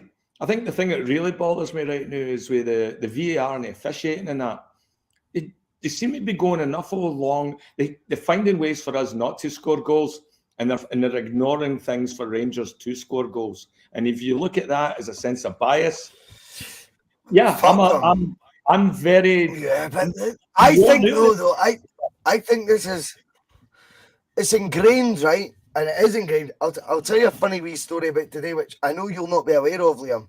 So this afternoon, remember I said to you, I listened to the first 10 minutes of the game via headphones, on the radio. So half an hour before that meant I suffered BBC Sports sound. Not with our good friend Richard Gordon, who we did a great interview with. Check it out on the channel. But on that, guess who they had on as a guest? Hugh Dallas. Talking about refereeing decisions and what's fair and what's not. And I just felt that's not right, because that's a guy who lost his job in a position of power at the SFA for effigies of the Pope. Fact. Like, that's not me phoning Clyde One being a hysterical Celtic fan and paranoid. That's the reasons he lost his job. He sent images thinking it's funny. So at no point will we taking advice off him as to give the referees more time, more patience. I get that. The flip side is we have to also deal with what's in front of us, and that is referees we may think are under par. Some, John Beaton, for example, proven to be biased by going to that Rangers boozer. However, all that being said and done, if you're good enough on the day, you overcome them. Referees can't win football matches. They can't put balls in the net. We can, and we will. But we've also got referees that want to be part of the show. And I really think the referees that we have, sometimes it's not just biasness, it's the things that they feel that they're part of the entertainment, that they are actually deciding how this game is going to go. Listen, this is what I love about the bus, Liam. We've got a Rangers resident fan, Bob McBob, and he doesn't buy the Bumblebee shirt. He doesn't become a member, but I still encourage his comments because we like the balance. And he says, if only we had a few more referees like you. Now we got his son. How many more kids does he have? He's got one. We've got one to deal with. Brilliant, Liam. Brilliant. Anyway, that's all my only concern. If we're good enough though, Terry, we just get the job done. Get the job done, then we can talk about the refs. Yeah, that's Angie's philosophy. I totally get that, Bhoycie, but I do think we need to be at least a goal more than what we probably would normally need to be. I think, yes, I totally get the argument. If we're good enough, it doesn't matter what Nick Walsh does. It doesn't matter what fucking John Beaton does in the fire room. But it shouldn't be like that. It shouldn't be that you have to be 2 or 3 goals better. We are the better side. It's a cup game. It's a cup game, right? So I think we do go into it as rightly favourites, but it's a cup game. I don't feel it's going to be the cakewalk that a lot of Celtic fans do. I think it's going to be a tough game. It's not about being a cakewalk, mate. It's about going, are genuinely referees going to dictate the outcome of this? I think it's match? possible. I think it's possible, yeah. Fair enough. I really Fair do. enough. I really do. I think it's possible. I think it'll be a tight match, and that's why a refereeing decision could make all the difference. I don't see us going and winning this game 3-4-0, nothing like it. I think this is going to be a tight game. I think it's going to be behind the sofas, and small margins are going to make the difference. And one of those small margins could be one of these guys with allegiances leaning towards their allegiances. I genuinely do. I hope I'm wrong. I really do. I just feel like that's. I just don't go into things like that with that How many mindset. times do you need to see the same movie before you? Doesn't matter though. I'm going into this with a mindset of I know how much better we are than them. I will beat them. That doesn't always work, Bhoycie. I mean, like Terry, sometimes that. But I'm not getting my excuses lined up in a row. We have to get 2 goals up against them before I'm comfortable, and then I know it's still in our hands. Because when it's not, how many times have we had a player go off injured against Rangers at the games we've played? I've seen Greg Taylor go off about 2 or 3 times. He always went off twice. I mean, that tackle on Hatate with Lumsden. I don't know if you heard. Clyde won was it last night? The phone-in, and the boy went, by the way, just to correct you about Kyogo having to run off after a minute, because Hugh Keevins had kind of said, 1 minute in, and he had to leave the game. And it was like the caller phoned in was kind of like that. Wait a minute. John Lindstrom went out to do him. And they obviously wouldn't condone that. But I was like, watch it. That elbow to the shoulder is try to do something. It's not a football tackle, right? We need to be honest. But we need to be savvy to that. Is that not why we love this fixture? I'm sorry, we can't have it both ways. I know they call it battle fever, but I've never found going into a Celtic Rangers game football fever either. I've always thought, win your battles, win them, get Sutton in, get him standing on their toes, get him throwing Frank de Boer about, then get him showing his football and dinking it for 30 yards. So there's, the two are not always completely separated. I don't want to go in the mindset of, everyone's against us, man. It's a real uphill battle. I hate that shite. Bhoycie, we won this league in October because we're by miles the better team. But this is a one-off. This is a one-off cup game, and this game next Sunday will be down to very, very small margins. Those small margins could be a mistake by Spfl or somebody like that, any other player, or it could be a poor decision. It could be a moment of brilliance. That's a one-off cup game. Celtic are by far the better side. That's why we won the league in October at Tynecastle, or whatever month it was that we won the league. These cup games are one-off, and the margins next Sunday will be so small. I genuinely think that's the case. And if we go into this thinking about referees, we're already beat. But we're not the players. It doesn't matter what we're going into it thinking. It doesn't matter what we're going into it thinking. No, that's true. That's true. Do you know what I mean? Yeah, but I don't want. I know for a fact Jota listens to the Bhoycie Bus, right? It's his favourite podcast in the world, right? Actually, I sold him a t-shirt recently. Bhoycie, do you like these games? Can I ask you both? Do you like these games, Bhoycie and Liam? Love them. That's what I live for. Liam? I love the feeling. See, in the morning, I put the songs on.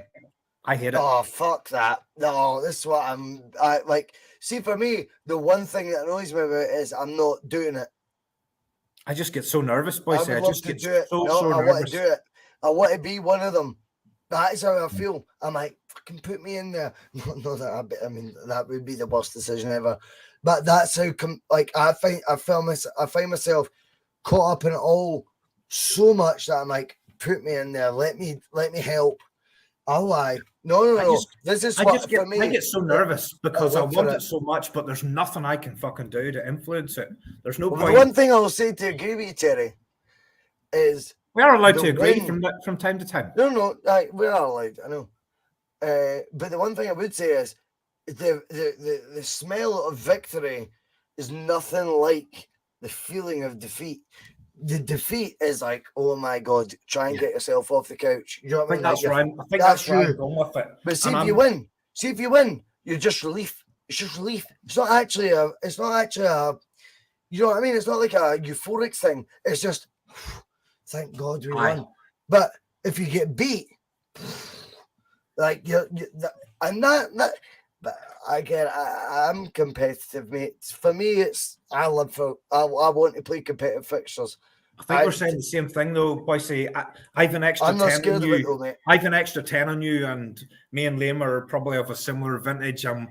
I've so many scars from these games that I don't fucking enjoy them because I've been through times when we just didn't win them for long periods, honestly. And my approach, going back thinking about my childhood and stuff, was just try to get out of this unscathed. And I just get so nervous. Like, see next Saturday night, I'll not sleep a wink Saturday night. So if we were in the Super League, Liam, if we were in the Super League and it was Milan and it's then Barcelona and it's Rangers in between, are you telling me you're waking up differently for the, fuck that. Bring on the bigger they are, the harder they fall. Honestly, I look forward to it, man. Like, see today, for example, like we come away with a 4-0 win against Aberdeen. Now, to outsiders looking in, Liam, that's like the third force of Scottish football. or meant to be, because they've won that European trophy 30 years ago, 40 years ago. Nobody cares, mate. I see beating Aberdeen 4-0 as a formality. I see beating Rangers 1-0. You know, do you know what I mean? Like a completely different film. Vodka's coming out. But you know where I'm coming from, Liam? For me, I bring on those fixtures, mate. Bring them all on. I want more. I want to feel like that more often as a Celtic fan. Not less often, more often. I always want to get them in the cup. I always want to get them. I don't care if it's early, if it's late in the final, whatever. I always want to play against them because those are the games that matter to me and those are the ones that we got for. And that's why I'm so emotional about these ones as well too, because there's games where I think our team should win, but it wasn't because of the team. When you ask me what I worry about us playing against Rangers next week, I don't worry about Celtic, and I'm definitely not worried about Rangers. But what I say is, I'll go with it. I think the referees in this country are shocking, and they have shown an untoward bias towards Rangers and decisions for them. And anytime I've felt frustration... Does it not make it sweeter, though? See, if you do think all of that stuff, and if you believe that, does that not make it like, bring this on? When you know your team is better. Let's bring it on. Liam, come on. That makes it surely better. We're up against 15 players now. You know, and that's it. But I'm fine with that. I like that. I like the controversy. I like that spark. It's an adrenaline rush. I love playing. When I used to play, I loved being in a battle. No, everybody did. There's certain players that like it when you're in a battle. I could lift my game when I was in more of a battle because I wasn't a finesse player. I could find ways to get involved, you know. But there was other players that were finesse players that could just completely disappear. Because if you're not getting protection and stuff like that, there's not much you can do if you get hobbled early on. I mean, physicality in football is a huge thing. And if you're trying to spin and do the stuff at Hatate days in the middle of the park, and you've taken 2 or 3 severe clunkings where you've been offered no protection, well, that does have the ability to change a game. And that's what gets me annoyed watching Rangers Celtic games, is because that stuff seems to be, it doesn't go in their favour. And I've seen a lot of times where the aggressiveness and all that is going to come out. And again, it doesn't matter where you get a free kick for it. You want to see something more happening at that point because it's allowed to get away with. And I worry about a flair player like Hatate, Kyogo, and all that just getting a wee bit bullied. But I mean, in my heart, I'm thinking 4-0. You know, always see, what are you about then? Against them, you know, see if it's sunny, see if it's a beautiful day at Hampden, 7-1. Let's stay it, and then we'll just give them the one. Just to Hampden in the sun, Celtic 7. No. That'll be a beautiful day. Terry, Celtic 7 and the Rangers 1. I just think bring it on. I think see if we're not ready for this game, regardless of referee bullshit, VR bullshit. I've never seen a Celtic team so primed to play them in a final. I think it's been designated so the last possible opportunity Rangers play Celtic, right? This is it now. Like, the sponsors get what they wanted. Everything's went their way. It's now time to meet your master. I've no doubt, mate. Like, if we get beat, we'll get beat by the better team. It won't be referees. It won't be any of that bullshit. If it comes to football, we'll win the game. I mean, no doubt. We are a far, far better team. And no one in their right mind, even the Rangers fans who are watching right now, thinks they're better than us. And that's not me being overconfident, over arrogant. It's a fact. Give us a Hampden pitch. Make sure it's playable on. We'll win. Well, see, I think we're so much the better team that the only way I can see us not winning is if one of those influences kicks in. That's the way I look at it. We're saying the same thing. We're just in a different way. I think we're so better in every department that the only way I can see it not going our way is if one of those influences kicks in. Mm-hmm. Whereas you're saying, I just don't think. I think the same next Sunday it'll be because they're the better side. I just can't see that scenario where they play better than us. I can't see that happening because I think we're so much. Yeah, but if you go into it, Terry, with the psyche, like, oh, there's more folk against us than just the 11 guys you're playing against. That's a negative. I think you go into the game thinking, fuck them, we're better than them, we'll beat them. You know what I mean? But we're saying the same thing. I We're don't saying the same thing. I don't have the same concerns. I think there's so many streets ahead that these decisions you're referring to, they won't hold the aces to the Well, outcome. I think we're so far ahead that the only way we won't win it is because But we won't not win it. nothing else happens. We'll win it. I believe we'll win it, and I think we'll win it convincingly. And I think Judgment Day comes. Ask Mark Kenny about Judgment Day. Check his channel. Absolutely brilliant show, by the way. Brilliant show. I love How watching good Mark is that? every week. Brilliant. How good is Mark's Judgment Day? Superb. Absolutely Well, superb. Liam, you're a creative man. Judgment Day is something that me and you spoke about before we actually pushed it out. What do you think of Judgment Day by Kearney? I think it's a brilliant format, and it's, again, very unique to the Bhoycie Bus that we've got that, eh? That's it. Unique is the word. And I think what he does with that as well is that's a hard thing to do. It's very easy to bounce off each other's energy and bounce off the energy coming for the thing. But for Mark to hold his opinions and stuff and deliver them in such a way. No editing. No editing.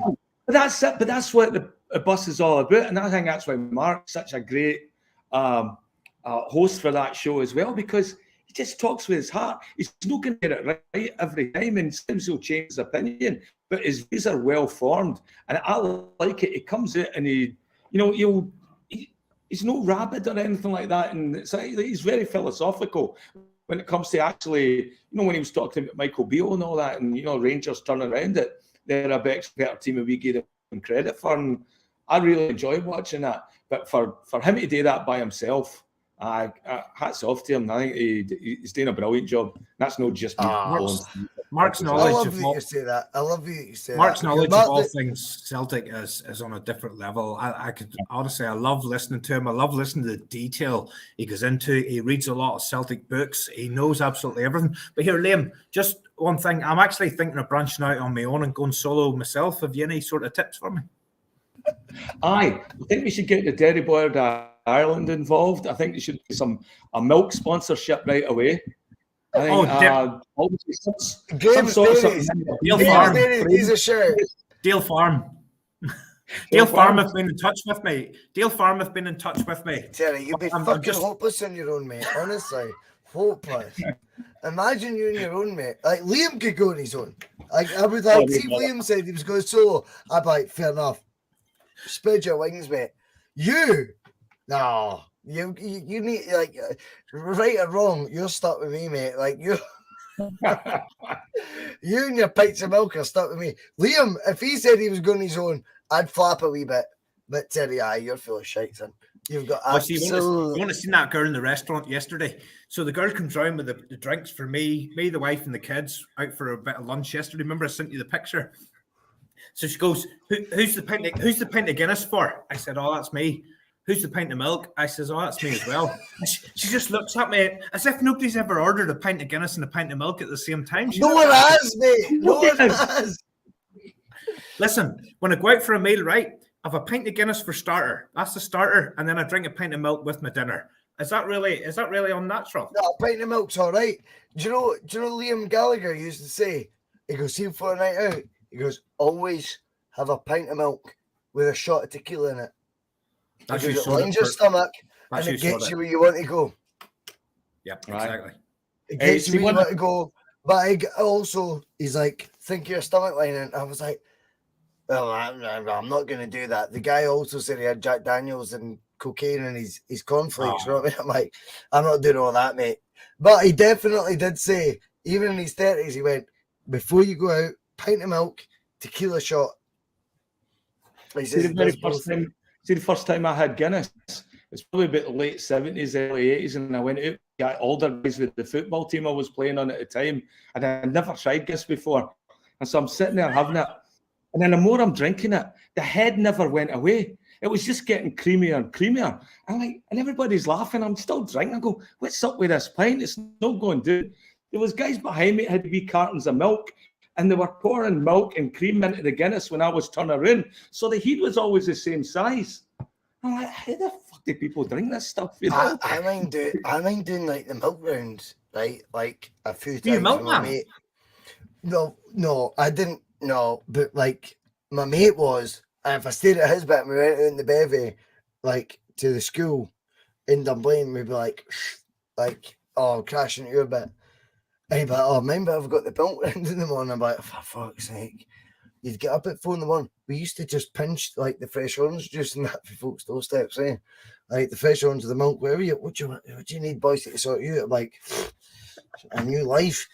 Anyway, we just like, oh no, it was the paper round, sorry. So we'd drop a paper off and then we'd steal whatever was outside, like their house. So if there was like milk or orange juice, we'd just take it and try and drop the Sunday Times in. Do you know what I mean? That's how it was, man. Like, who cares? It is what it is. They're all rich entitled bastards anyway, fuck them. Where's Liam gone? Oh, I don't know. I've not You've removed cut him them. out there. Have you cut him out? No, I would never cut Liam. Terry, listen, big boy. Yes. This team is in a trajectory right now. Is this the Bhoycie Bus or the Celtic? No, it's obviously Celtic. All right, okay. Fuck the bus. Fuck the bus. It's all about Celtic. For me, it's all about Celtic. And I think we're in a position right now, I'm being honest with you, that is going under the radar. It's almost annoying, but I almost like it as well. And I think if I tried to put my mind's eye in Angie's sort of mindset, if that makes sense, I think he likes it this way. I don't think he wants to be the focus of attention. I think he's like, oh, focus on them. That's fine. If they're amazing, so be it. Right? Sound. I think we're very much on course. Europe, for me, that's all I've got. See if we don't win the cups, I don't care. Win the league, get the Champions League. Of course you do. You're not going to be sitting here next Sunday going, I won't cry. I won't cry. I won't cry. It won't be a make or break. It will not make or break me. It will not make or break me. Win that league and make sure we're in the Champions League next year. See if we were to lose 3 or 4 out of our last 11 remaining league games. Yes, that breaks me. That scares me. But Bhoycie, here's the thing. I think people are almost expecting Mickey Beale to turn this league situation around. Now, I was checking, I could be totally wrong. I think, is there 12 games left for Celtic? 12 games, something, roughly 12 games. Yes. We need to drop in 4 out of 12. We've got to drop at least 10 points. We've only dropped 5 points. We need to drop 4 games, mate. 4 games, we need to drop points in the last 12. It ain't happening. It ain't happening. No, of course it's not happening. And the thing you've got to remember here is Davy Martindale with his wee love-in with fucking Mickey and all the rest.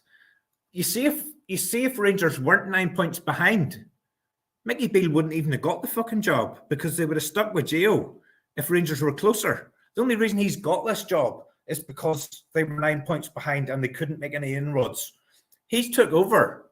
He's still 9 points behind. He hasn't made any inroads, yet he's been lauded as this. Can we talk about that? Let's talk about that, Terry. I'll tell you this. See his win record, yes, they want to match it with Angie's. But see, in that time, there was one game that was must win. That was at home against your title rivals. He didn't get the job done. No, they didn't. He did not get the job done in the must-win fixture. See, the other ones, it's a shit situation when you're Celtic or Rangers, but you've got to win them anyway. Right? You've just got to. You've got to win every game. Matching that's fine. The must-win game he had was against us, and he was at home. He couldn't get the job done. But Bhoycie, again, I don't want to labour the whole thing. He got all the assistance that I was talking about that might happen next week. He got all of that. He got all the decisions, and he still couldn't get the job done. So yes, but this is the point. This is what I'm trying to say. So the record, we went to Ibrox knowing we cannot afford to lose. We didn't lose. Correct. He had to win. He had to win. And so, but yet they go, well, look at their records. It's all the same. Their records are the exact same. It's 2 teams that have won the exact same amount of games and drawn against each other. It's not quite the truth, Liam, is it? Because when you look at Mickey Beale, you go, you actually did have a must-win fixture in the mix of that. You didn't get the job done, son. They had everything going with it. They had all the momentum going for them to win, and they couldn't do it.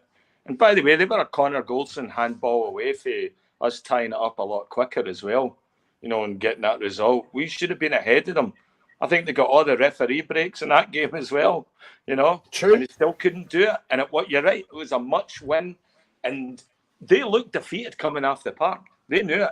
Our players, we didn't care. We were still 9 points ahead. And 9 points in a league like this, that's a lot of points right now. That's 3 games, and we've got, I don't know what our goal difference is to them, but it must be massive as well. So it's went up another goal today.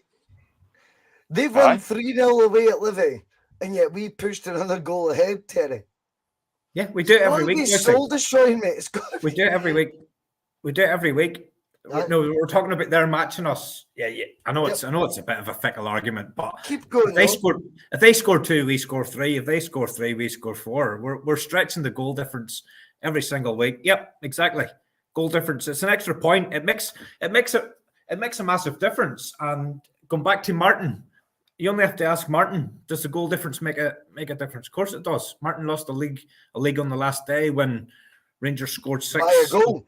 Rangers scored 6 against a team where the goalkeeper wasn't even in the camera shot for 4 of the goals. And they did. Aye. And by the way, amongst stuff that should be investigated and that was a carve up. That was a total carve up. But anyway. It's true. It is true, that stuff. That's why I'm worried about next week, Bhoycie. That's why I'm worried about next week. No, these games could be carved up. Honestly, Bhoycie, they can. You've just said it.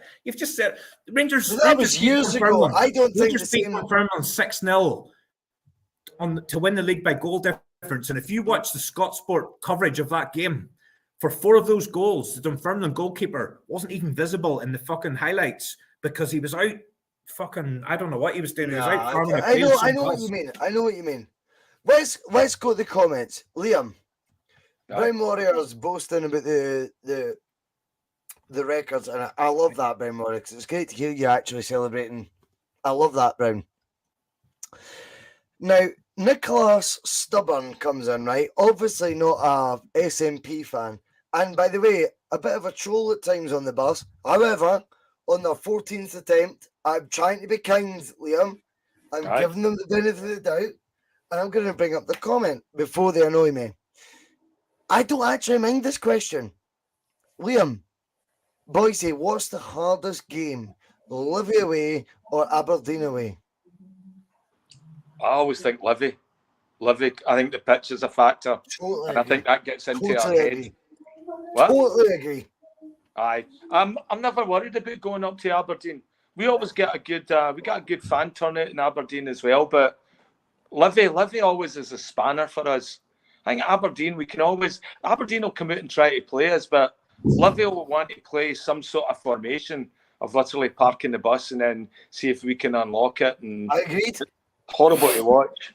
Whereas Aberdeen, I think because of their fans, they're encouraged to have a go. Whereas Livingston fans, I mean, you can't have any expectations whatsoever. But I think it's a valid question, Terry. Livy away or Pittodrie? I think I'm going to give kudos to Brendan Rodgers. Brendan Rodgers went. Pittodrie's meant to be difficult, and he just destroyed that hoodoo. And since then, they've never recovered.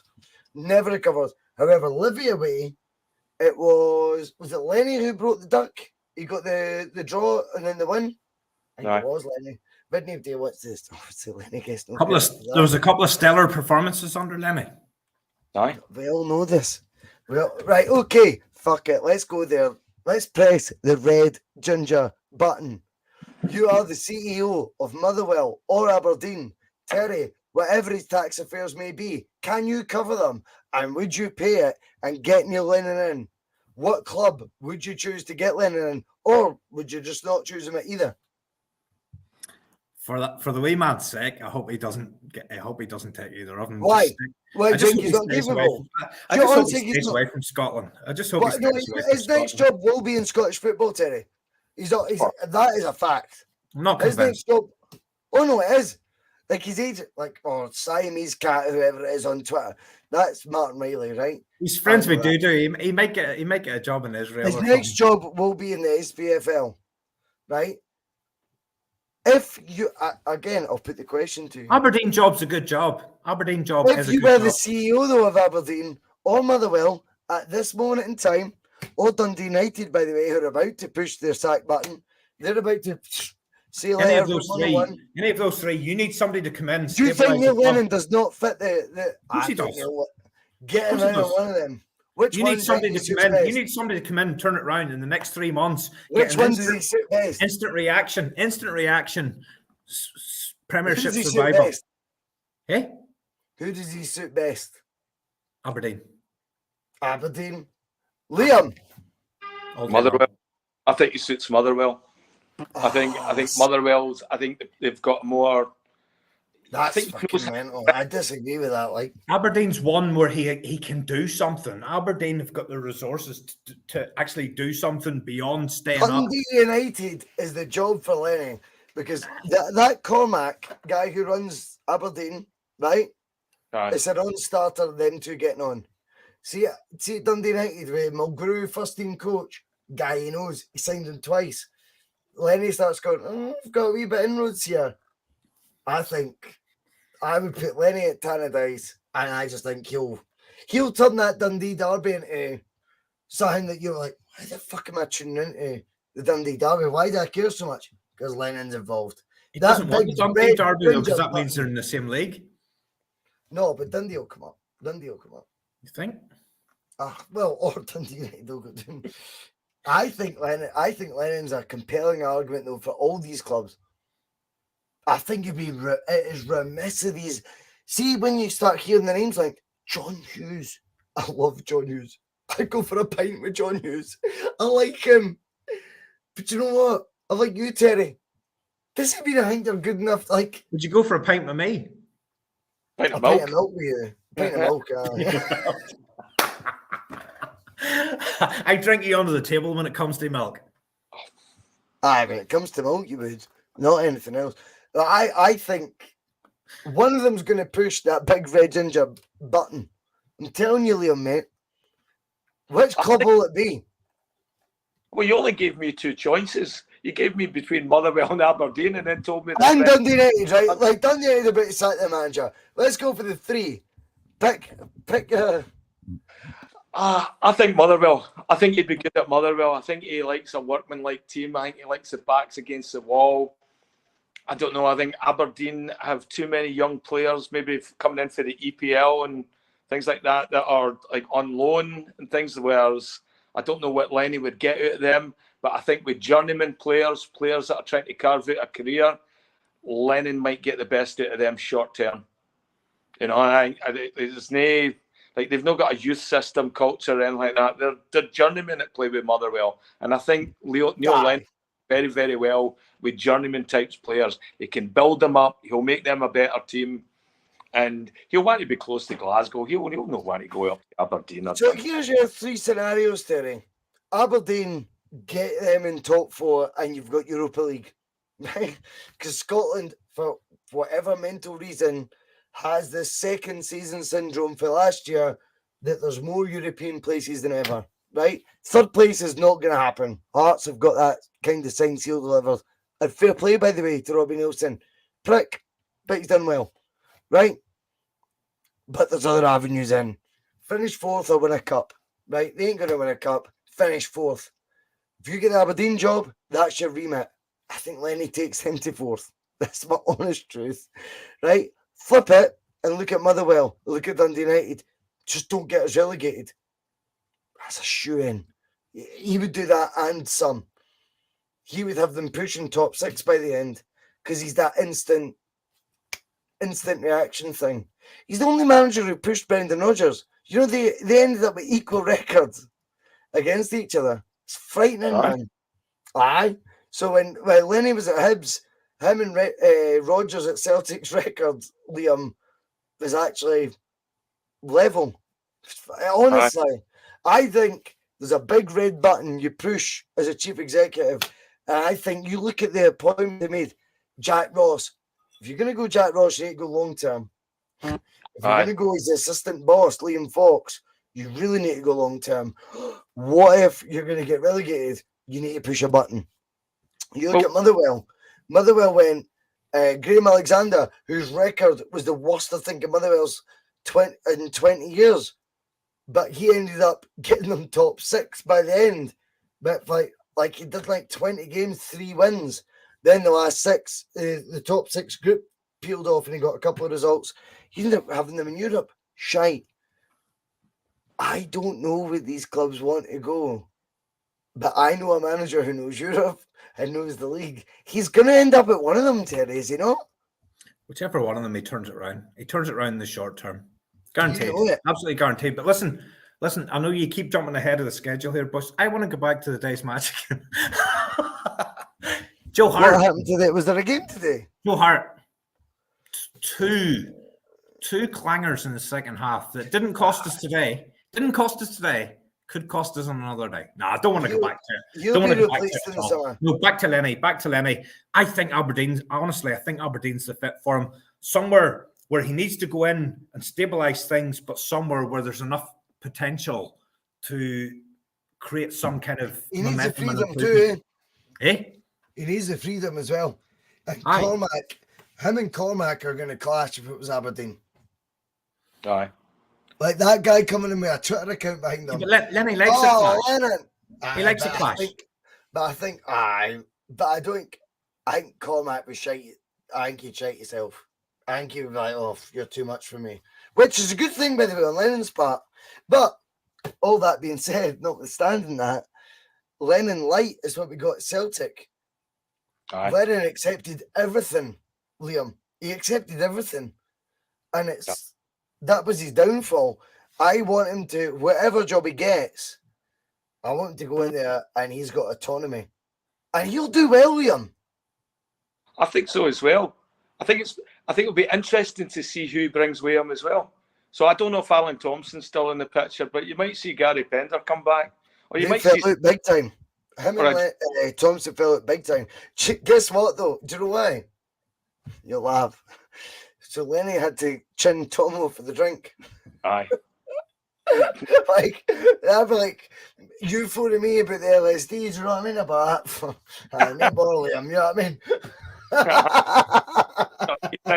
Cut into the cannabis. You need to cut in those pies, mate. You know, it'd be interesting if Lenny comes back to Scotland. It'd be interesting to see who one of his signings would be. Who's a Lenny signing that would come back? Because did he not take Adam Matthews to Cyprus with him? And Gary Hooper. And Gary Hooper. Gary Hooper's the only one here. But mate, so Lennon will not be back in Scotland till after the 1st of April for tax reasons. But that's not because he's just playing the game. I respect that. Totally get that. But do you know what I would love Lennon to do? I know, just my honest opinion. I'd love him to just get fit. Imagine him coming back with the face chiseled again, like just a fit Neil Lennon, and then he walks in and goes, "Remember Brendan Rodgers was a wee pudding when he was in charge of Liverpool." Right. Imagine Lennon came back to an Aberdeen, a Hibs, or Dundee United, and he just looked lean, and he went, "Oh!" Then he starts saying what he wants to say, and we all go, "Ooh, wait the now. He's a different animal." See, when he looks like he does, I hate the fact so many Celtic fans call him a skank, a scaff, a tramp. I hate all that. It's so unfair on a guy that did so many good years for us. You know what I mean? Aye. Terry. Terry, where have you been? That's Joe. Ah, there he is. There it is. Listen, I've got a question for you.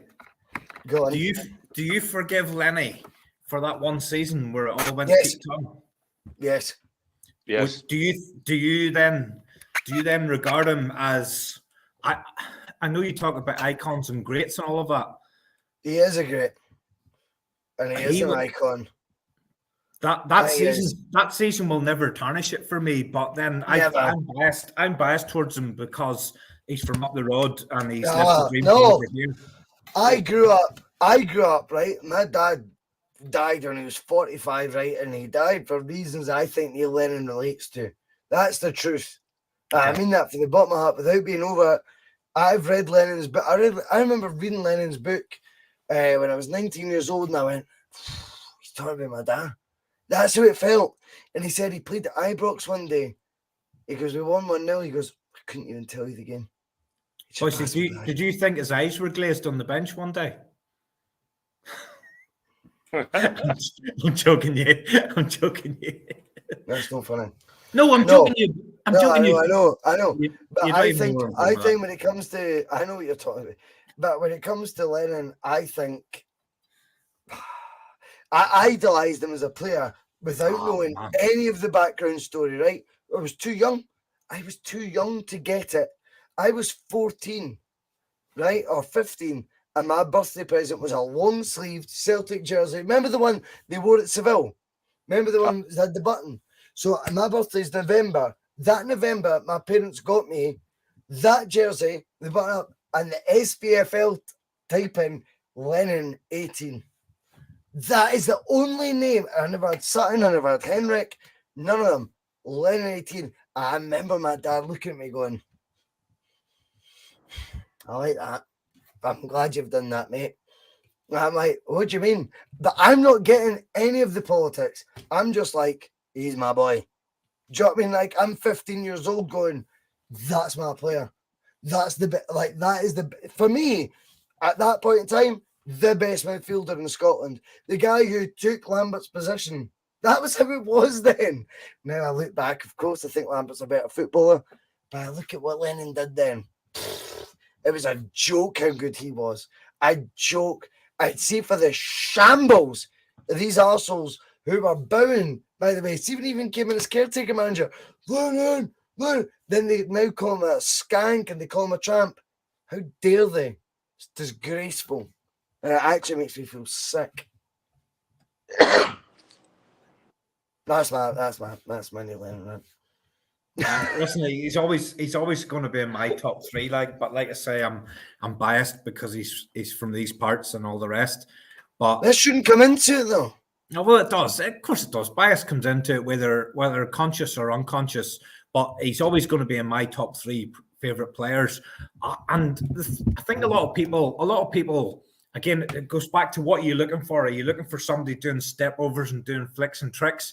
Or are you looking for somebody influencing a game, managing the game, being in charge of the game? Lennon boss games without doing anything. O'Neill needed Lennon in his biggest games in Europe. Guess what? The right-hand man. Guess what? Strachan needed him too, though. Strachan got rid of Sutton, Thompson. Both Lennon of them was the only one that survived. 2 years younger than Lennon. They were both 2 years younger. And yet he was, everyone went, Stan Petrel will be the new Celtic captain. He goes, 35-year-old Neil Lennon will be. And I was like, what? Even I thought, fucking hell, I love him, but that's a bit bold. The reason being, he's the guy to carry it next. He's the guy.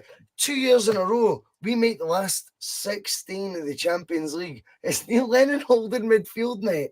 Neil Lennon covering, by the way, McManus and Caldwell behind him. He must be like, oh my God. Can you ever remember one moment where he done something in the pitch? Can you ever remember one instant where he done something? No. He was so important. He was the one time I remember, I think the game sticks out. Liam, we spoke about this. Him and Roy Keane.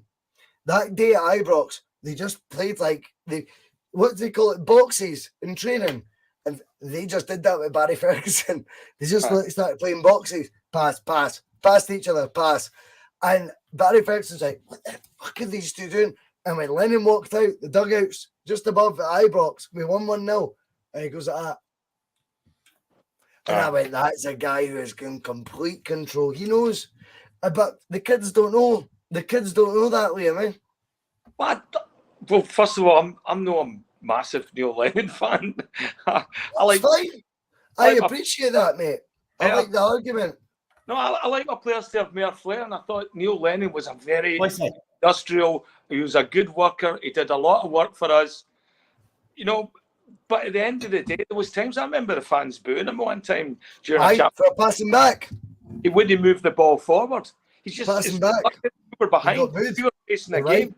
and he's doing the thing, and he's square ball and all that.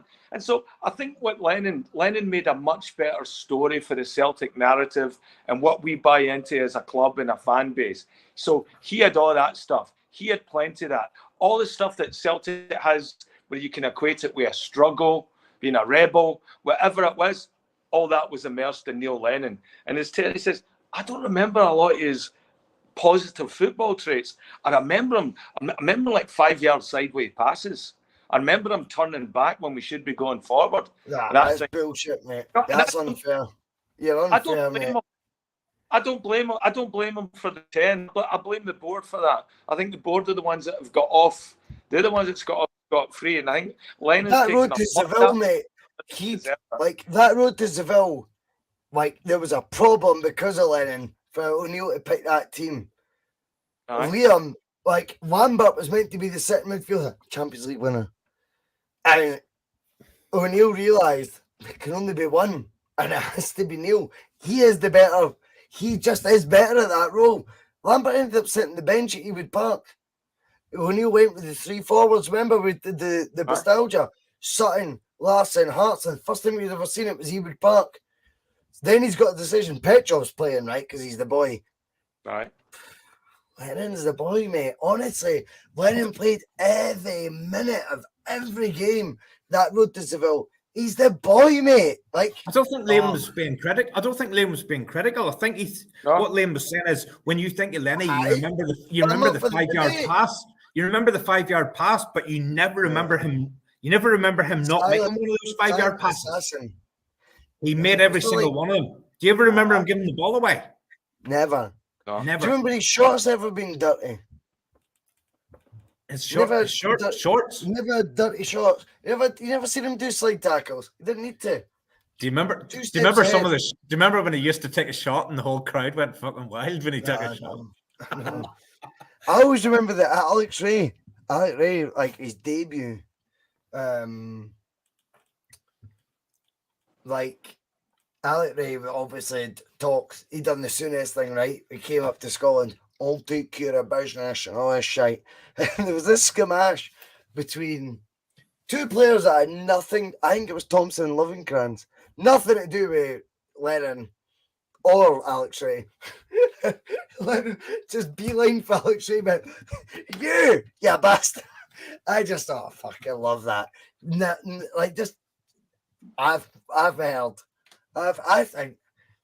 I think Lennon was. Honestly, I love the guy. I love him. And see, for all his flaws, I still love him. And I will never be turned on that. And for all the brilliant managers that are out there, Lennon would see if Lennon pushed my shoulder and goes, "Your Bhoycie Bus is shite." I'd be like, "You what?" And see if he just pushed me and goes, "No, honestly, you're taking the piss. You're not pushing yourself enough with it." I would listen to that. I would take it on board, and I would actually get a fright and go, "You're right. I need to do better." I mean that. Can you imagine the pinnacle of any player's career supposedly is to play for your country? So you play for your country, you establish yourself as one of the main players, you accumulate lots of caps, you sign for Celtic, the next day you go out, you get fucking booed for your country. Can you imagine what that feels like? No, a death threat. A death threat. He retired. No, he got booed, but then when he got the captaincy, he got a death threat. When he got the captaincy. Sorry, you're right. Yeah. He was only 29.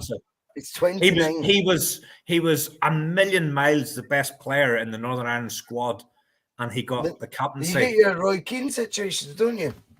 You get your Roy Keane situations, and you go, "What do you want to do here, guys? What do you want to do?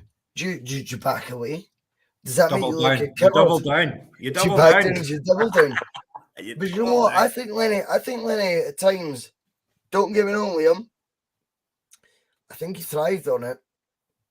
But I also think, who else would put their neck on the line like he did?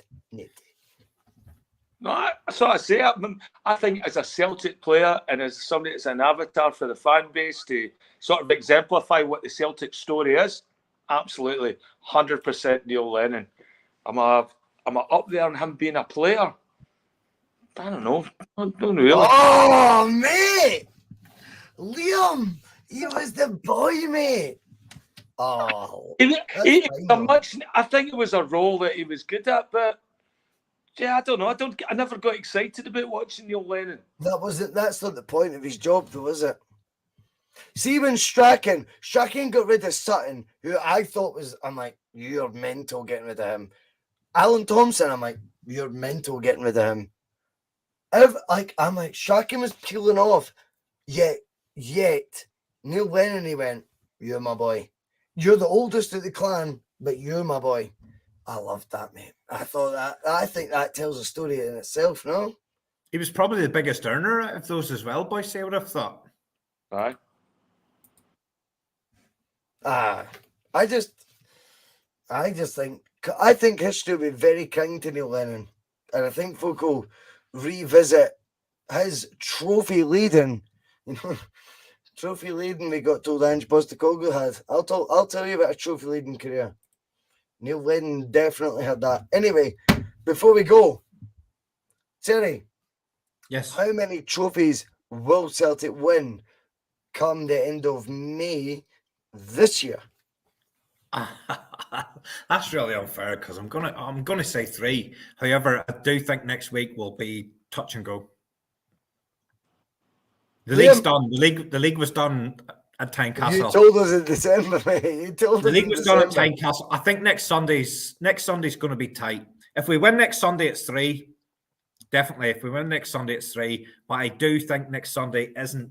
It's not just going to be a cakewalk. It's going to be tight. It's going to be marginal differences. I'm probably the wrong person to ask because I just get so tense about these games.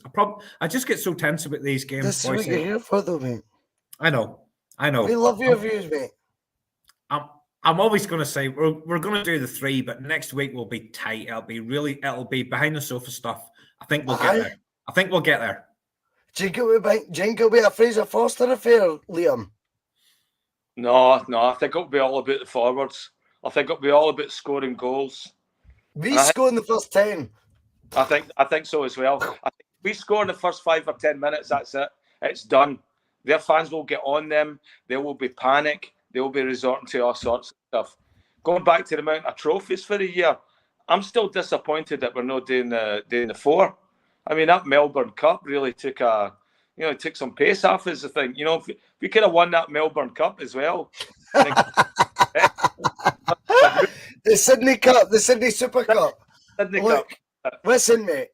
I look back at that and I go, that was a poignant moment in Angie's, like, how the fuck did we not win that? Aye. That Sydney Super Cup, I know. It's a put like, fuck. We really let the guard down then, didn't we? The only black mark in the season so far. So I think Ange can make it up to us, that we're all disappointed about that, but just winning a treble. Celtic 2, Rangers 1. Kyogo and Abada late on with the winner. Abada with the winner. John Beaton for the Rangers goal from the spot. I will be honest, I think it's 3 or 4. 3 or 4 now. I think it's 4 or 5-1. Like, remember, see when you look back at the Hampden games, remember the ones where, Dembele, second season, didn't actually, he scored the Panenka penalty against them, and it felt like he wasn't as effective. I just watched them go. There's 2 good teams there, but one's a very good team, the other one's kidding on they're a good team. Everyone falls by the sword eventually. I think Mickey Beale's words will come back to haunt him. And I think deep down, Ange is acutely aware of everything Mickey Beale said, and I think it comes to a head a week on Sunday. Right, lads, it's been brilliant to have you on. It is the end of the P.M.P. Terry, I know this has been almost a short one for us, but it's great fun to have you on, mate, because you are Terry the numbers Rob. Listen, I'm going to finish with a wee tune here, Bhoycie, if you don't mind. Haven't done a wee tune for about a month. Here we go. I've got the microphone and everything. We are the champions, my friend. We'll keep on fighting to the end. We are the champions. We are the champions. No time for Rangers, because we are the champions of the world. On that note, I will see you all later.